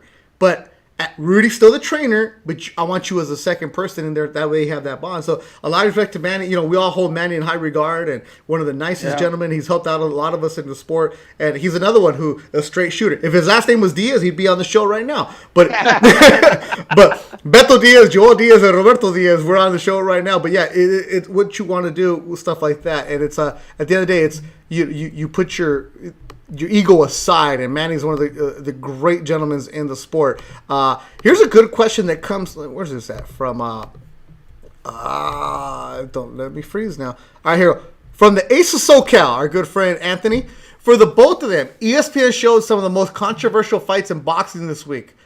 Your thought on Oscar against Tito and Floyd against Castillo? Personally, my thought, obviously, I'm with the majority of the people. The Tito fight and Oscar against Trinidad, 9-3. The last 3 rounds that Oscar went out and boxed, okay, I give those to Trinidad. Maybe one more in the middle, but Oscar won the first 6-7 rounds without a problem. I thought that was a very bad decision. I think even Trinidad was surprised when they gave him the decision. And unfortunately, we never saw the rematch. With Floyd and Castillo, I've only seen it the day that it happened, the first time. And obviously Floyd is a great fighter to adjust round by round. In this particular fight, I don't think he adjusted. I think Castillo won the fight. He pressured him like nobody had at that time or before. And in the second, he made the adjustments and clearly won the second fight with no problem. But I thought the first fight, Castillo definitely won the fight. And Joel? Well, I think the same way. When it comes down to the Tito Trinidad and Oscar De La Hoya fight, I mean, that was a straight one-sided fight to me. Oscar won the fight. Oscar outboxed Tito. I mean, just outboxed him. I mean, the fact that in the later rounds he just decided, you know what, this fight is already in the pocket. I'm just gonna move around, and I mean that doesn't mean that that he lost the fight. He had the majority of the rounds already in the pocket. Going back to Floyd and Castillo, I can tell you this as a witness, and because I was there when Floyd was training. Floyd was training in Coachella for that fight. What? Floyd, Antonio knows. Antonio's watching. Floyd was training here in Coachella for the fight against Castillo. No way. And he was in camp here. He never trained. He would come play around at the gym. My brother Julio sparred Floyd. Steve Quinones was sparring Floyd. I mean, it was more like a fun type of thing with Floyd. Floyd was so confident that he was gonna beat Castillo without even training that I think 2 weeks before the fight he was at Bananas, a nightclub. I mean, just partying. And everybody would tell him, "Hey, you have a fight already in a couple weeks." I don't need to train for that guy. Wait. There's a club in Indio? There was. There was, not anymore. Okay, all right. Don't be lying to me. It was in Palm Desert. It was a very famous club. All these years, all these Indio stuff, all I end up doing is that lit lounge with the Cowboys. Yeah, because I mean, you don't get out of the casino. If you get out of the casino, you can find some different areas. Yeah, but I don't have a mover anymore. I don't know anywhere. I mean, you have to just call me. But at that time, there was a lot of people that they would come to town and they would go to that club. It was called Bananas in Palm Desert, and I'm telling you because I mean we were there. He trained in our gym, and Floyd never took that fight serious, never. Really? And he would ask him, "Hey, you fighting Castillo?" He goes, and his answer was like, "I don't need to train for that guy. I'll beat him with no training." 2 weeks before the fight, he was still partying. He didn't care. And sure thing, after the fight, he says, "Okay, well, whatever happened. Now I'm gonna train." That's what he trained for the second fight, and he made the adjustment. Yeah. That's interesting. All we have now is just El Capitan for the Mariscos and stuff like that.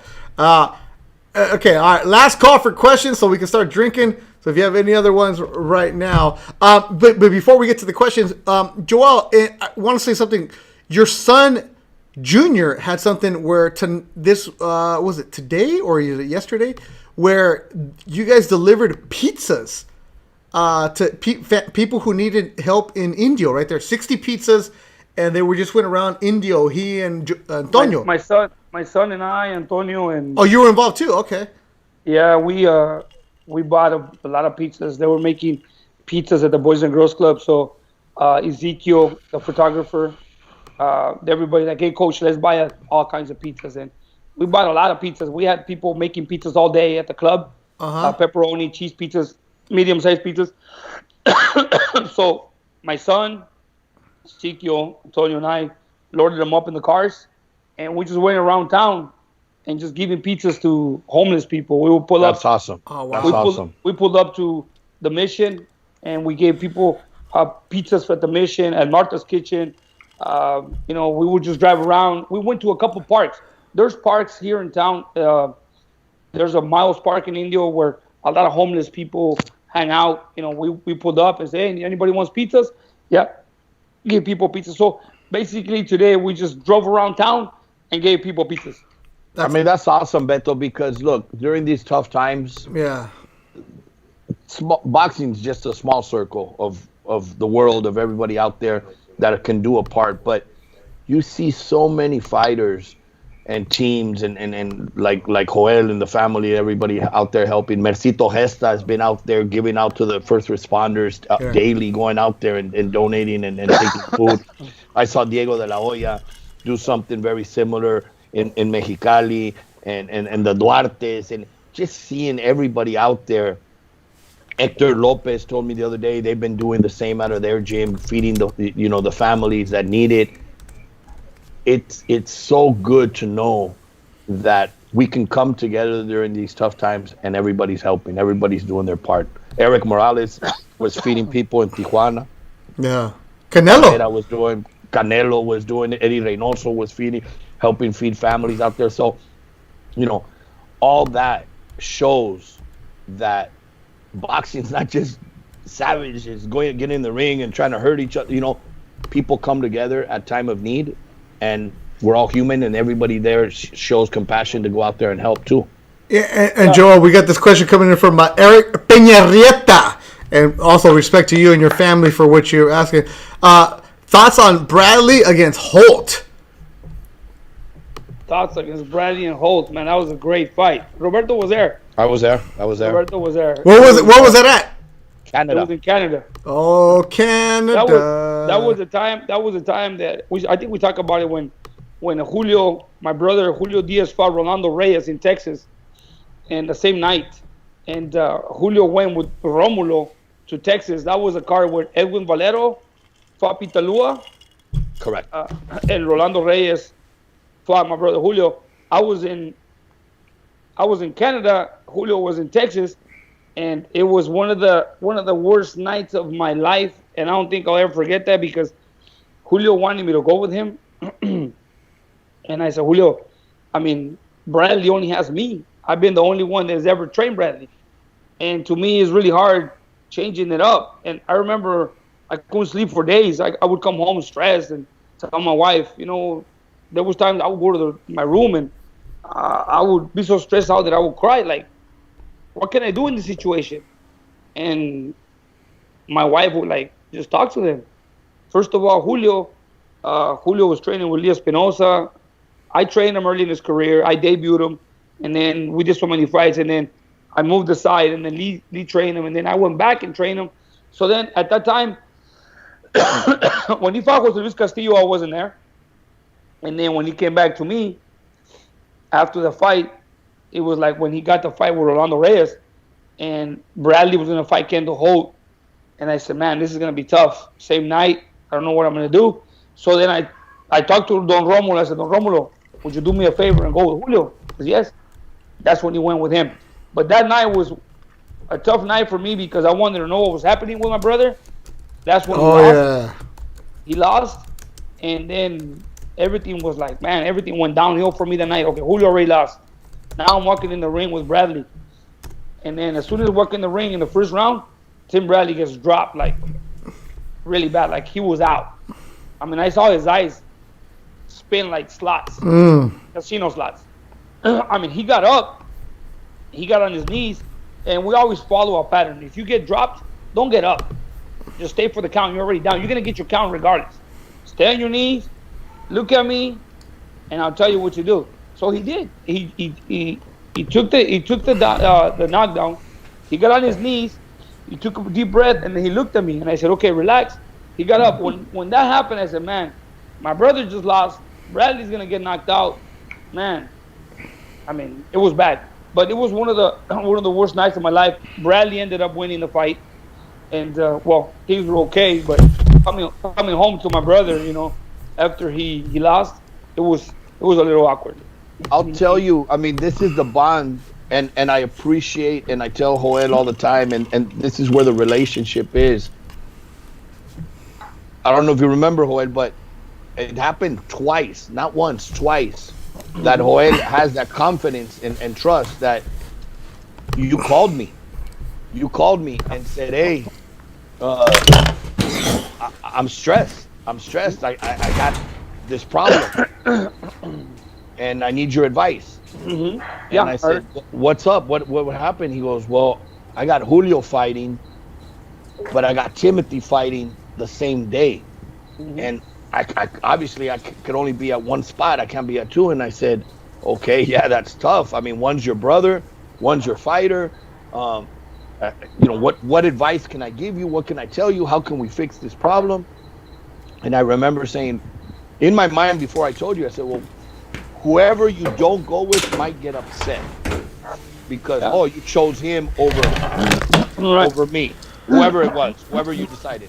I said, so that's going to be tough. At the end of the day, Julio is going to be your brother regardless if he's mad or not. Timothy's your fighter, but he could get upset and leave. So the easiest thing was who got the fight offered first, who got the fight signed. And in both cases, it was Tim Bradley over Julio and Antonio. I think Antonio fought Victor Ortiz, and you weren't there either. And Tim fought somebody else. Yeah. But both times, it was who got the fight signed first or done first. And both times, it was Tim. And that's what I said. Well, Joel, go with Tim, and that's what you did both times. He went with Tim over Julio and Antonio because they had signed the fight with Tim first. I called Roberto many times for different type of advices, business advices, personal advices, and he's always guided me the best way possible, and I appreciate that from because he's been in the sport. He knows the ins and outs of this business, and me as a trainer, I focus more on the training. When it comes to business and making the right decisions based on, for example, that type of issue, the first thing I do is pick up the phone and I call Roberto. Roberto, what do you think? With Roberto, we spoke since we used to work together with Dominic Facito. It was like a constant communication with him. Hey, Dominic this, Dominic that, Dominic, hey, he's fighting this guy. And then when he says, hey, you know what, I can no longer be his manager. He's yours. It was because I got hired by Golden Boy, so I couldn't manage any more of my fighters. You can't manage those guys. A lot of the fighters, it was like, hey, Joel, you know what? You've been his trainer, you've been his mentor. Hey, he's yours. Yeah. And Ashanti Jordan, and there was a couple other fighters. Steve Martini took him over, and there was several fighters that I had to cut ties from. As Tonio writes, that's fucked up. That's why I lost. Joel wasn't there. That's why I lost. Joel wasn't there. Oh, here we go. He's going to blame me. Now he's going to blame me. Oh, it was my fault, Antonio. I love you. No, hey, Antonio's like this. Watch. Antonio's so soft. I'm going to tell you a story now that he's talking about it. Okay, he's talking. It's story time. Story time. When Antonio was gonna fight Victor, they started calling Antonio. I guess Victor who? Victor Ortiz. Okay. I think at that time Victor Ortiz had parted ways with Robert Garcia. Okay. If I'm not mistaken. I think he was with Haas. I think it was with Haas during that fight. He was with somebody. Or Danny Garcia. With Danny. Yeah. And then he was no longer managed by Cameron Duncan. So then Antonio was getting calls, and we're getting calls from, you know what, Victor doesn't have, here, just intimidate him, just tell him you're gonna kick his ass, and just don't be nice to Victor. And Victor don't like that. If you start intimidating Victor, he'll lower down, And Antonio, everybody's trying to pump Antonio. Antonio, when you see Victor, just tell him, I'm gonna tear your head apart or whatever, right? So Antonio got pumped up, and whenever I see Victor, I'm gonna tell. But then they go to Chicago, Roberto, and Victor sees Antonio and he says, hey, you're Antonio Diaz. I followed you since I was a kid. And that's it. Everything went out the window, Roberto. He said, how can I beat this guy? He's my fan. He's a friend. Exactly. He was hugging him, kissing him, and telling him, man, when I was a kid, I wanted to be like you. You're my idol, and now I'm going to fight you. It's an honor, Tonio just wrote. Hold on. Tonio just wrote, no! He said, you don't know. Victor's manager. Rolando Arellano was Victor's manager. But Rolando's too busy with his 3 hairs in Yosemite. He's all right. But he shaved. Okay. But here, Tonio's watching right now. You don't know shit. You weren't there. Well, but I was here before he left. And then I hear all these stories that, you should have seen Tonio. Tonio was all pumped up, like ready to intimidate Victor and tell him, hey, I'm going to kick your ass and whatever. And as soon as Victor sees him, I'm like, Antonio Diaz, man, I'm a big fan. I follow your career. You're my idol. Can I take a picture? Come here. And then from there on, that's it. It's down here. Hey, how about this? I'm looking it up right now. It was at the USC Pavilion in Chicago, Illinois. It was 8-count productions. DeBella Golden Boy Promotions. Matchmaker, Eric Gomez. The main event, Juan Diaz, Paulie Malignaggi. And Victor Diaz, Antonio Diaz. Oh, man, that was a co-main. Arizlandi Lara was on the fight card also. Randall Bailey, Jermell Charlo, Dominic Gwynn was on there. Omar Figueroa Jr. was on that card. Mm-hmm. Hey, right now, out of here. No bullying, my friend Toño. No, diga no al bullying. No bullying. Aldair, he's used to bullying. Antonio, he gets bullied every day. Hey, he wants to be the researcher. He's got to know. So how do you let Victor Ortiz get in your head? Because he's so nice. Victor Ortiz, he'll tell you, man, he'll tell you he loves you and you're the best. And that was, if you're mad at Victor, if you're mad at him, and he'll tell you, Coach, I love you, man. You're the best. Yeah, you know what? You're like my father. Ooh. And then from right there and then, that's it. It's over. How are you going to yell at him after he Yeah. you're so kind, I love you. And like, okay, ya no lo puedo cagar, ya no puedo regañar. Okay, now I'm going to tell you a story about Antonio. That fight will stop. The fight will stop with 1 second left in the 7th round. Yes. Hey, Beto, as Antonio, one day we're in the dressing room checking weights. Victor Ortiz drops his draws. He gets on the scale, right? So he's covering his parts like this with his hands, right? And Antonio's next to him, and then Antonio says something, and Victor goes shh, and puts his fingers on his lip like shut up. After he was Tonio! Antonio's like, what? I mean, this Por guy's el amor de Dios. This guy's on the scale. This guy's on the scale like this, touching his parts right here like this. He has no underwear. And Antonio's saying something, and Victor goes shh, and puts his finger like right here. Like, are you serious? And he goes, no. He goes, no, it was this hand. No, which one? Which hand was on the bottom? Which hand was on the top? It doesn't matter. Oh, Toño just wrote, not again. And you know what? Toño's the one who wanted the show to start on time. See what happened? Hey, he's lucky it didn't start on time. It could have been more. It could have. The message. Antonio, go get some more ice. Y saludos a toda la gente. We got Louis the 13th. We got me not knowing how to speak right now. Okay, he wants to know, show Toño a snake? What does that mean? Oh, Antonio's scared of snakes big time. Oh. I don't know if you saw the last video that we posted. I got scared because Antonio, he's not scared of snakes. He's like terrified. Oh. I've had snakes where I catch a snake alive and I show it to him and he'll either pass out or he'll run. No. And, no, seriously. And recently, it was like a couple weeks ago, we go to the gym. I have a gym in Mecca. I take the boys, let's get away from here, let's go to Mecca and we train. So I step out and I go get the attachment that this guy welded for my truck for the punching bags. Yep. On the way back, I got myself a snake, okay? A rattlesnake, a big one. So I put it in a little ice chest like the one you have. Toño just said, fuck, again? You're telling the story again? Well, it was all over Instagram because they posted a video. So, Roberto, I come to the gym and we're about to go. When I come back to the gym and I know Antonio's really scared of snakes, like really bad. I mean, he'll pass out. So I put the snake on the ice chest, put it in there, and there was a couple beers. So then everybody's cleaning up. So I tell the camera guy, Ezekiel, record this. He goes, for what? Just record it. So then as we're leaving, my other brother, he's my assistant at the other gym in Mecca. He has a little ice chest in the office. So I go, how am I gonna get Antonio to open that ice chest?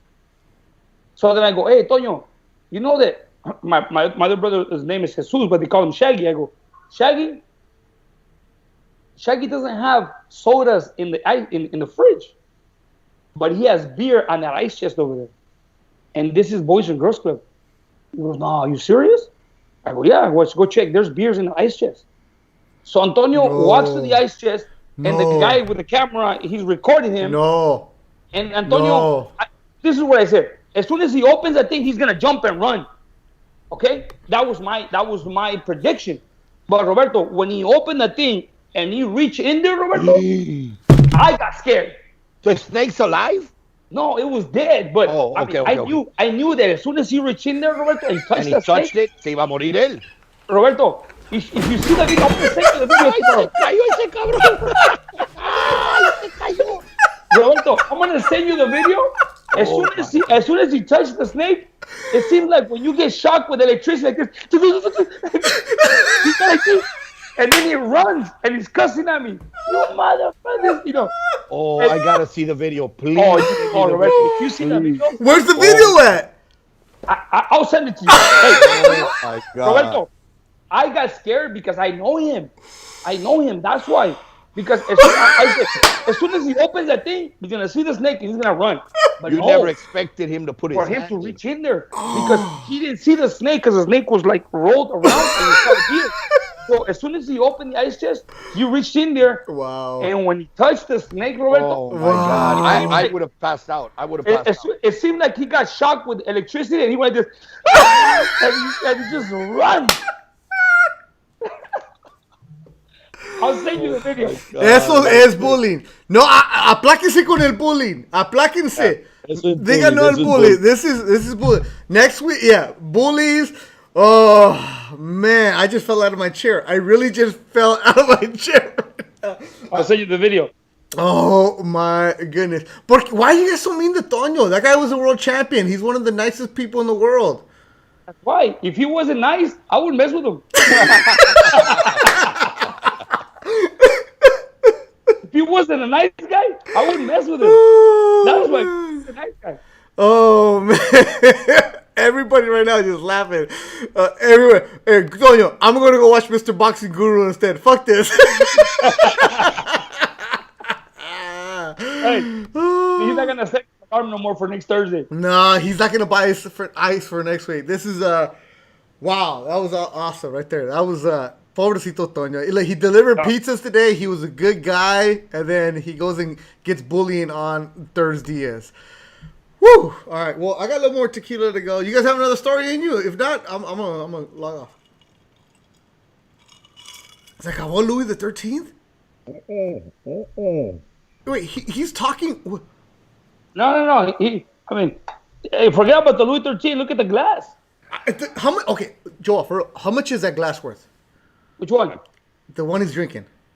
The one Roberto's drinking? Yeah. Probably as much as the bottle. No tanto. Just look at the glass. Look, you can't compare that to a Swami glass. Look. You got the Swami glass. I got one. I took from a bar. Haz así. Oh, no. Mine sounds different. See, like that, it's like when gold hits platinum. This is when copper hits. Look, is he? That's good. No. Sounds good. I think his IT guy is putting special effects there in the sound. Roberto, parece campana de pueblo. Parece campana de rancho, de iglesia de rancho. Oh man. See, look, now Toño says, "Hey, why don't you start telling my story?" You know, I think next week. I don't know. Maybe, we got a good thing going on here on ThursDIAZ with Beto Diaz, Joel Diaz, Roberto Diaz.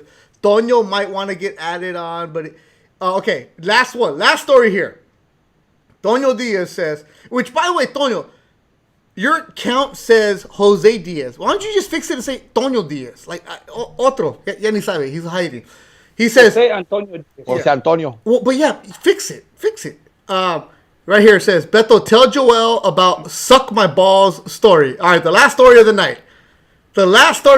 Suck My Balls story. I'm going to tell you guys this story because Antonio, today he made a big deal out of it in the gym, okay? Oh, okay, Lachin. He tried to make me look bad.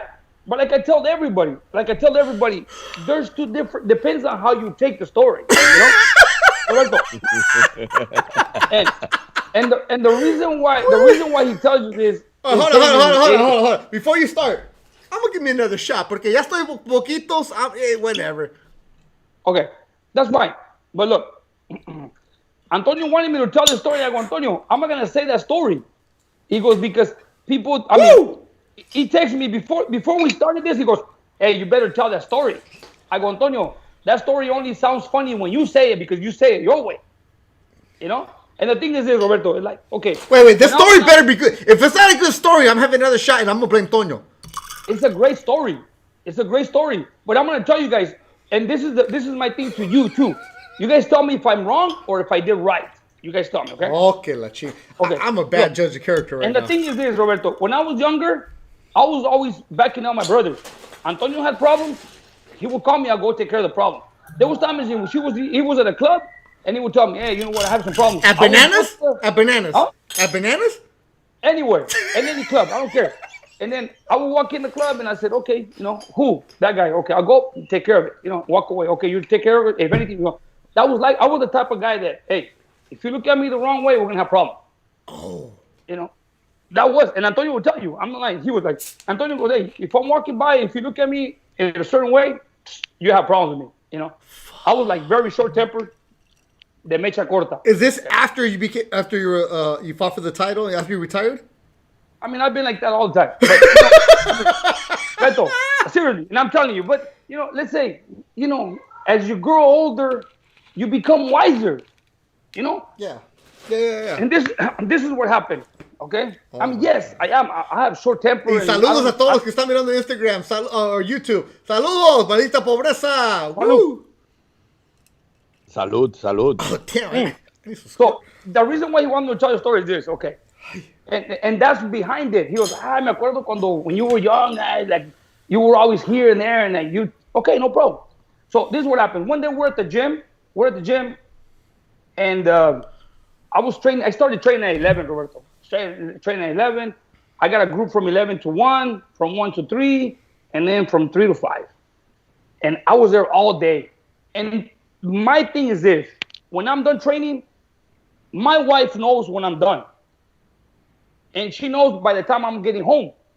So I get mad. When I come home and she already has the food and the food is cold, and okay, you know, I just complain. So she knows, okay, what time are you getting home? So I can have the food ready, todo, no? And I love barbecue chicken. She makes barbecue chicken in the oven with rice and stuff. I love that. That's like something that, hey. And that day, Roberto, she goes, what do you want to eat today? I go, you know what, why don't you make some chicken in the oven and barbecue chicken in the oven with rice? All right. We kept moving on, started training, one group, another group, and a kid gets hurt. Diego Magdaleno gets hurt. I said, okay. So I called the doctor, and my wife had already texted me like 3 times. What time are you coming home? I don't know. I'm busy. Okay, well, food's almost ready. Okay, well, I try to get there as soon as I can. So I called the doctor. The doctor goes, oh, I'm in Palm Desert. I'll be there in 35 minutes. So I waited at the gym for 35 minutes. Diego Magdaleno said, Coach, I'm going to go to Costco. I waited in the gym. The doctor was coming. Diego Magdaleno went to Costco to get something to do. By the time Diego got back, it was already like 6. And then the doctor finished everything at 7. So I've been at the gym from 11 to 7, Roberto. I'm hungry. I want to go home and eat. So, okay, it's over. Took care of business. The doctor is like, leaves. I leave. My son, Joel, was with me. You can ask him. And then all of a sudden, I grab my bag, and I go to the car, Roberto, and as I open the trunk,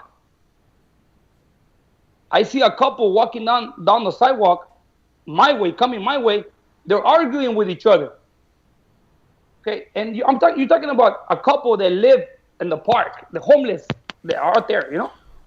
So as I open the trunk, I put my bag in the trunk, and I hear them arguing bad. So I sort of like look over, and the guy looks at me and he goes, what the fuck you looking at? And I said, oh, wow, you know? And I felt like, oh, you know, I was going to like react, right? Mm-hmm. And my son just hit me on the shoulder. He goes, hey, Dad, Vámonos. Okay. Let's just go, yeah. He goes, it's okay, right? So I said, all right. So I put the thing in the bag, and the guy kept walking. He walked right past me, right? So as he did, I was already heated, Roberto.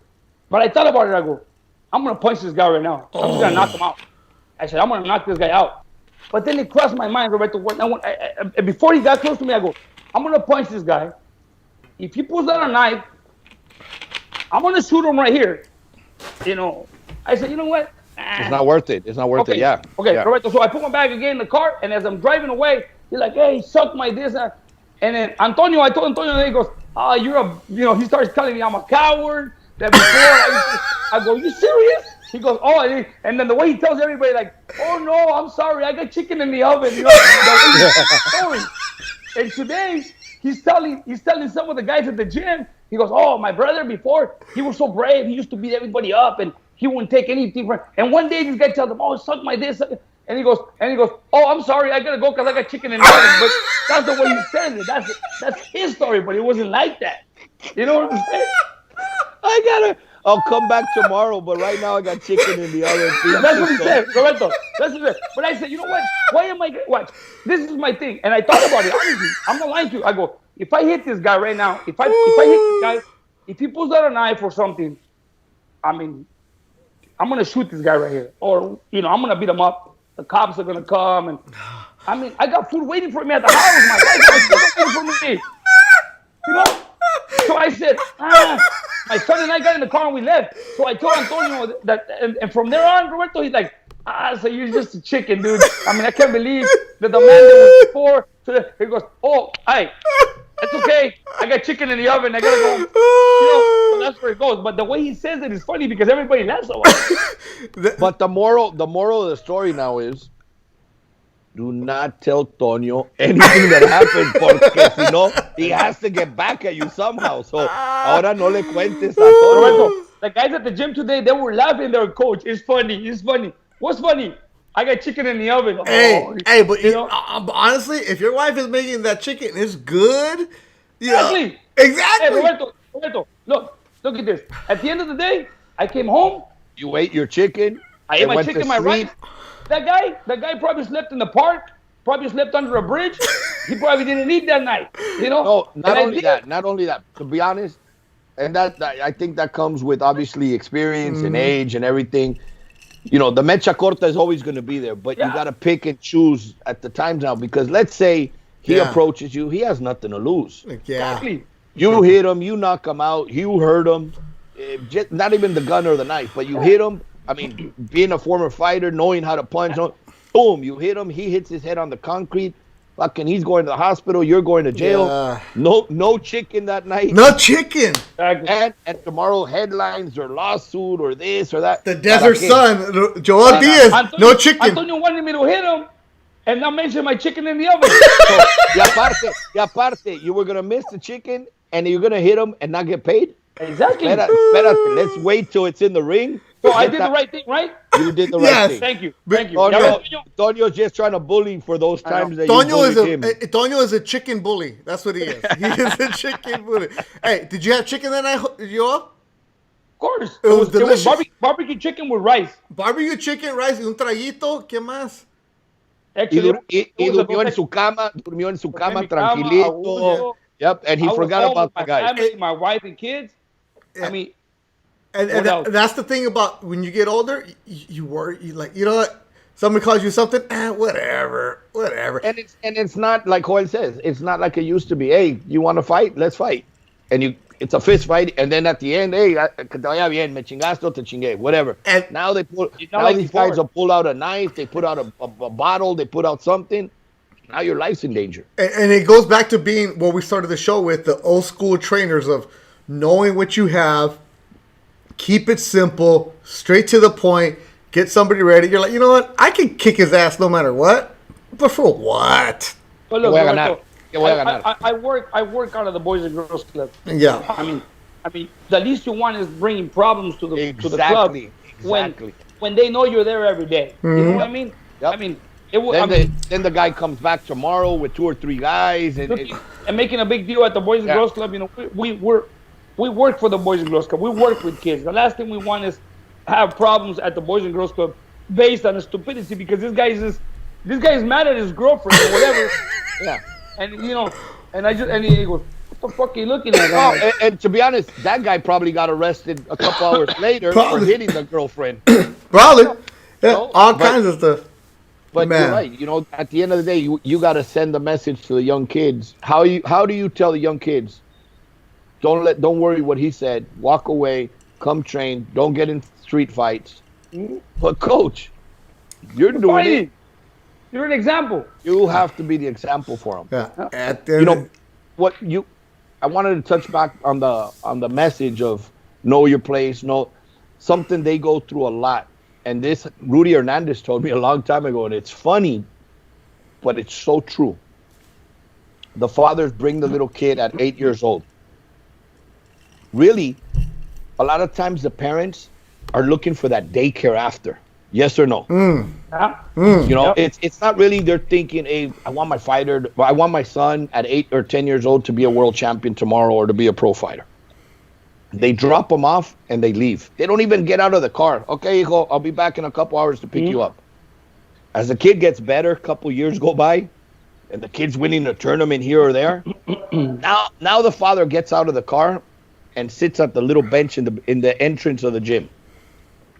Couple years go by, and that kid's winning more tournaments. Now the father's ringside watching. Couple years go by, now he's 15, 17 years old, and he's looking like hey, this kid has talent, man. He could possibly be a world champion tomorrow. Now the father's up in the ring, giving him water. A year goes by, now the father's like, you know what, Joel? You should tell him, he needs to work more on this. He needs to work more on that. And you're not really teaching him this and that. My son he's better when you. Next thing you know what, Joel, step down.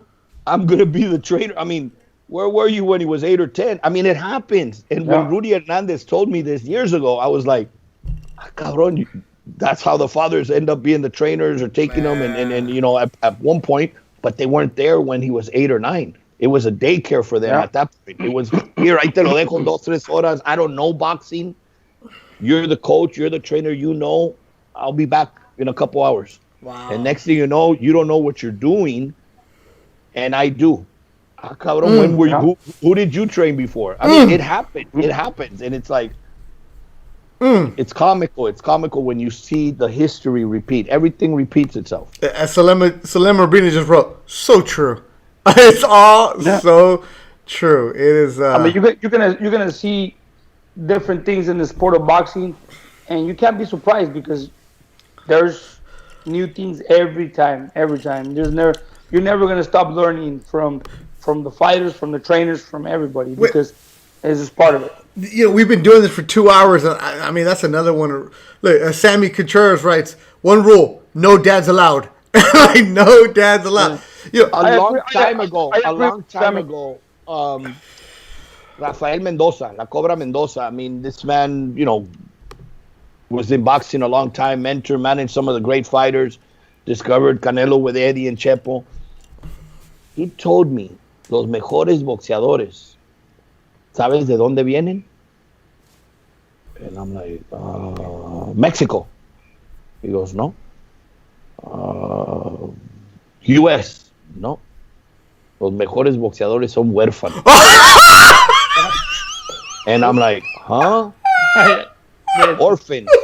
I said, why? No tienen al papá y a la mamá que se metan.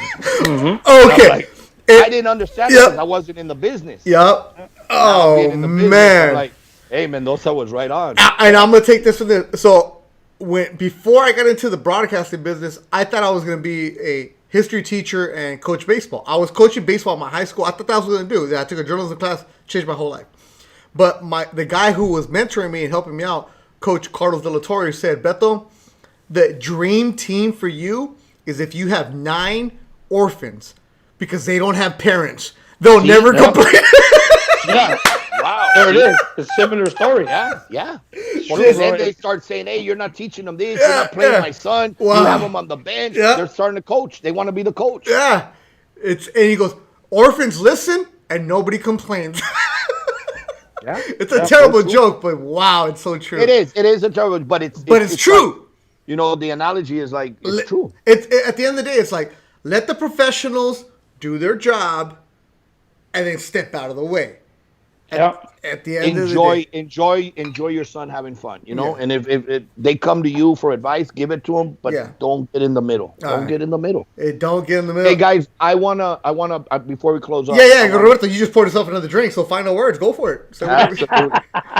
I want to send a special shout out, best wishes to David Mijares, who's in the hospital. He had surgery. He's recovering. David, we send all our love. Keep fighting, champ. Every day is going to get better, and I hope to see you soon. Yeah, it's I want to touch on that because David Mijares. So if you guys ever want to win a trivia question, the first fight ever at T-Mobile Arena, guess who it was? David Mijares. He opened up for the Canelo Khan fight. He opened up for Canelo Khan. The night before was Guns N' Roses. If you want to say what's the first ever sporting event, it was David Mijares making his pro debut in Las Vegas at the T-Mobile Arena. And I remember going back there. Super nice. It was Canelo Khan, but it was the 3 o'clock fight. And I was working those. And I'm like, I told him, hey, you're going to make history tonight. And super nice kid. His dad is super nice. So, Roberto, for the people who don't know, what's his backstory? I know he's had some health issues, but what is it? So David was going to fight, I believe it was at the Velasco or at the Avalon. And he made it to the weigh-in, made weight, did the fighter medical checkup. The fighter saw, the doctor saw something in David that he wasn't comfortable with, said, we want to run more tests. We sent David to do testing that the commission requested. He was ready. He was feeling fine. I mean, David's undefeated. And the test didn't come back in time, so David didn't fight. However, when the test came back, they showed something that David and his family had to further seek medical attention. And it's a very rare illness. It's in the liver, and he needed a liver transplant. And, you know, it's also something you got to get on a list for and wait. Wait, a liver transplant? He's in his 20s. Yeah, he's a young kid, but like I said, it's a very rare disease. Unfortunately, he's fighting that, and he did receive the transplant. He had the transplant last week. He's recovering. Wow, that's great. You know, so obviously he's fighting every day. He's having, you know, like anything, there's ups and downs and everything. But we want to wish him the best, full recovery, and you know, very soon, God willing. And David's a fighter, obviously, in the ring. Now he's fighting outside the ring, but we expect to have him with us very soon. Hopefully, you know, sharing the mic with you and mentoring some other young fighters. But we want to wish him and his family all the love. Yeah, Junebug is his nickname. He was a super nice kid, a lot of charisma, has some talent. I saw him spar a couple times against guys who were way above him. I'm like, that kid's got a little something to him. Like there's a little moxie to him. I liked him. A lot of heart. I mean, he was in some very tough fights, and he stepped it up with a lot of corazon and heart. Yeah. And he was one of those kids that you saw in the ring that really enjoyed what he was doing, you know? So a liver transplant? Yeah. He must be like, what, 25, 26? Fuck, man.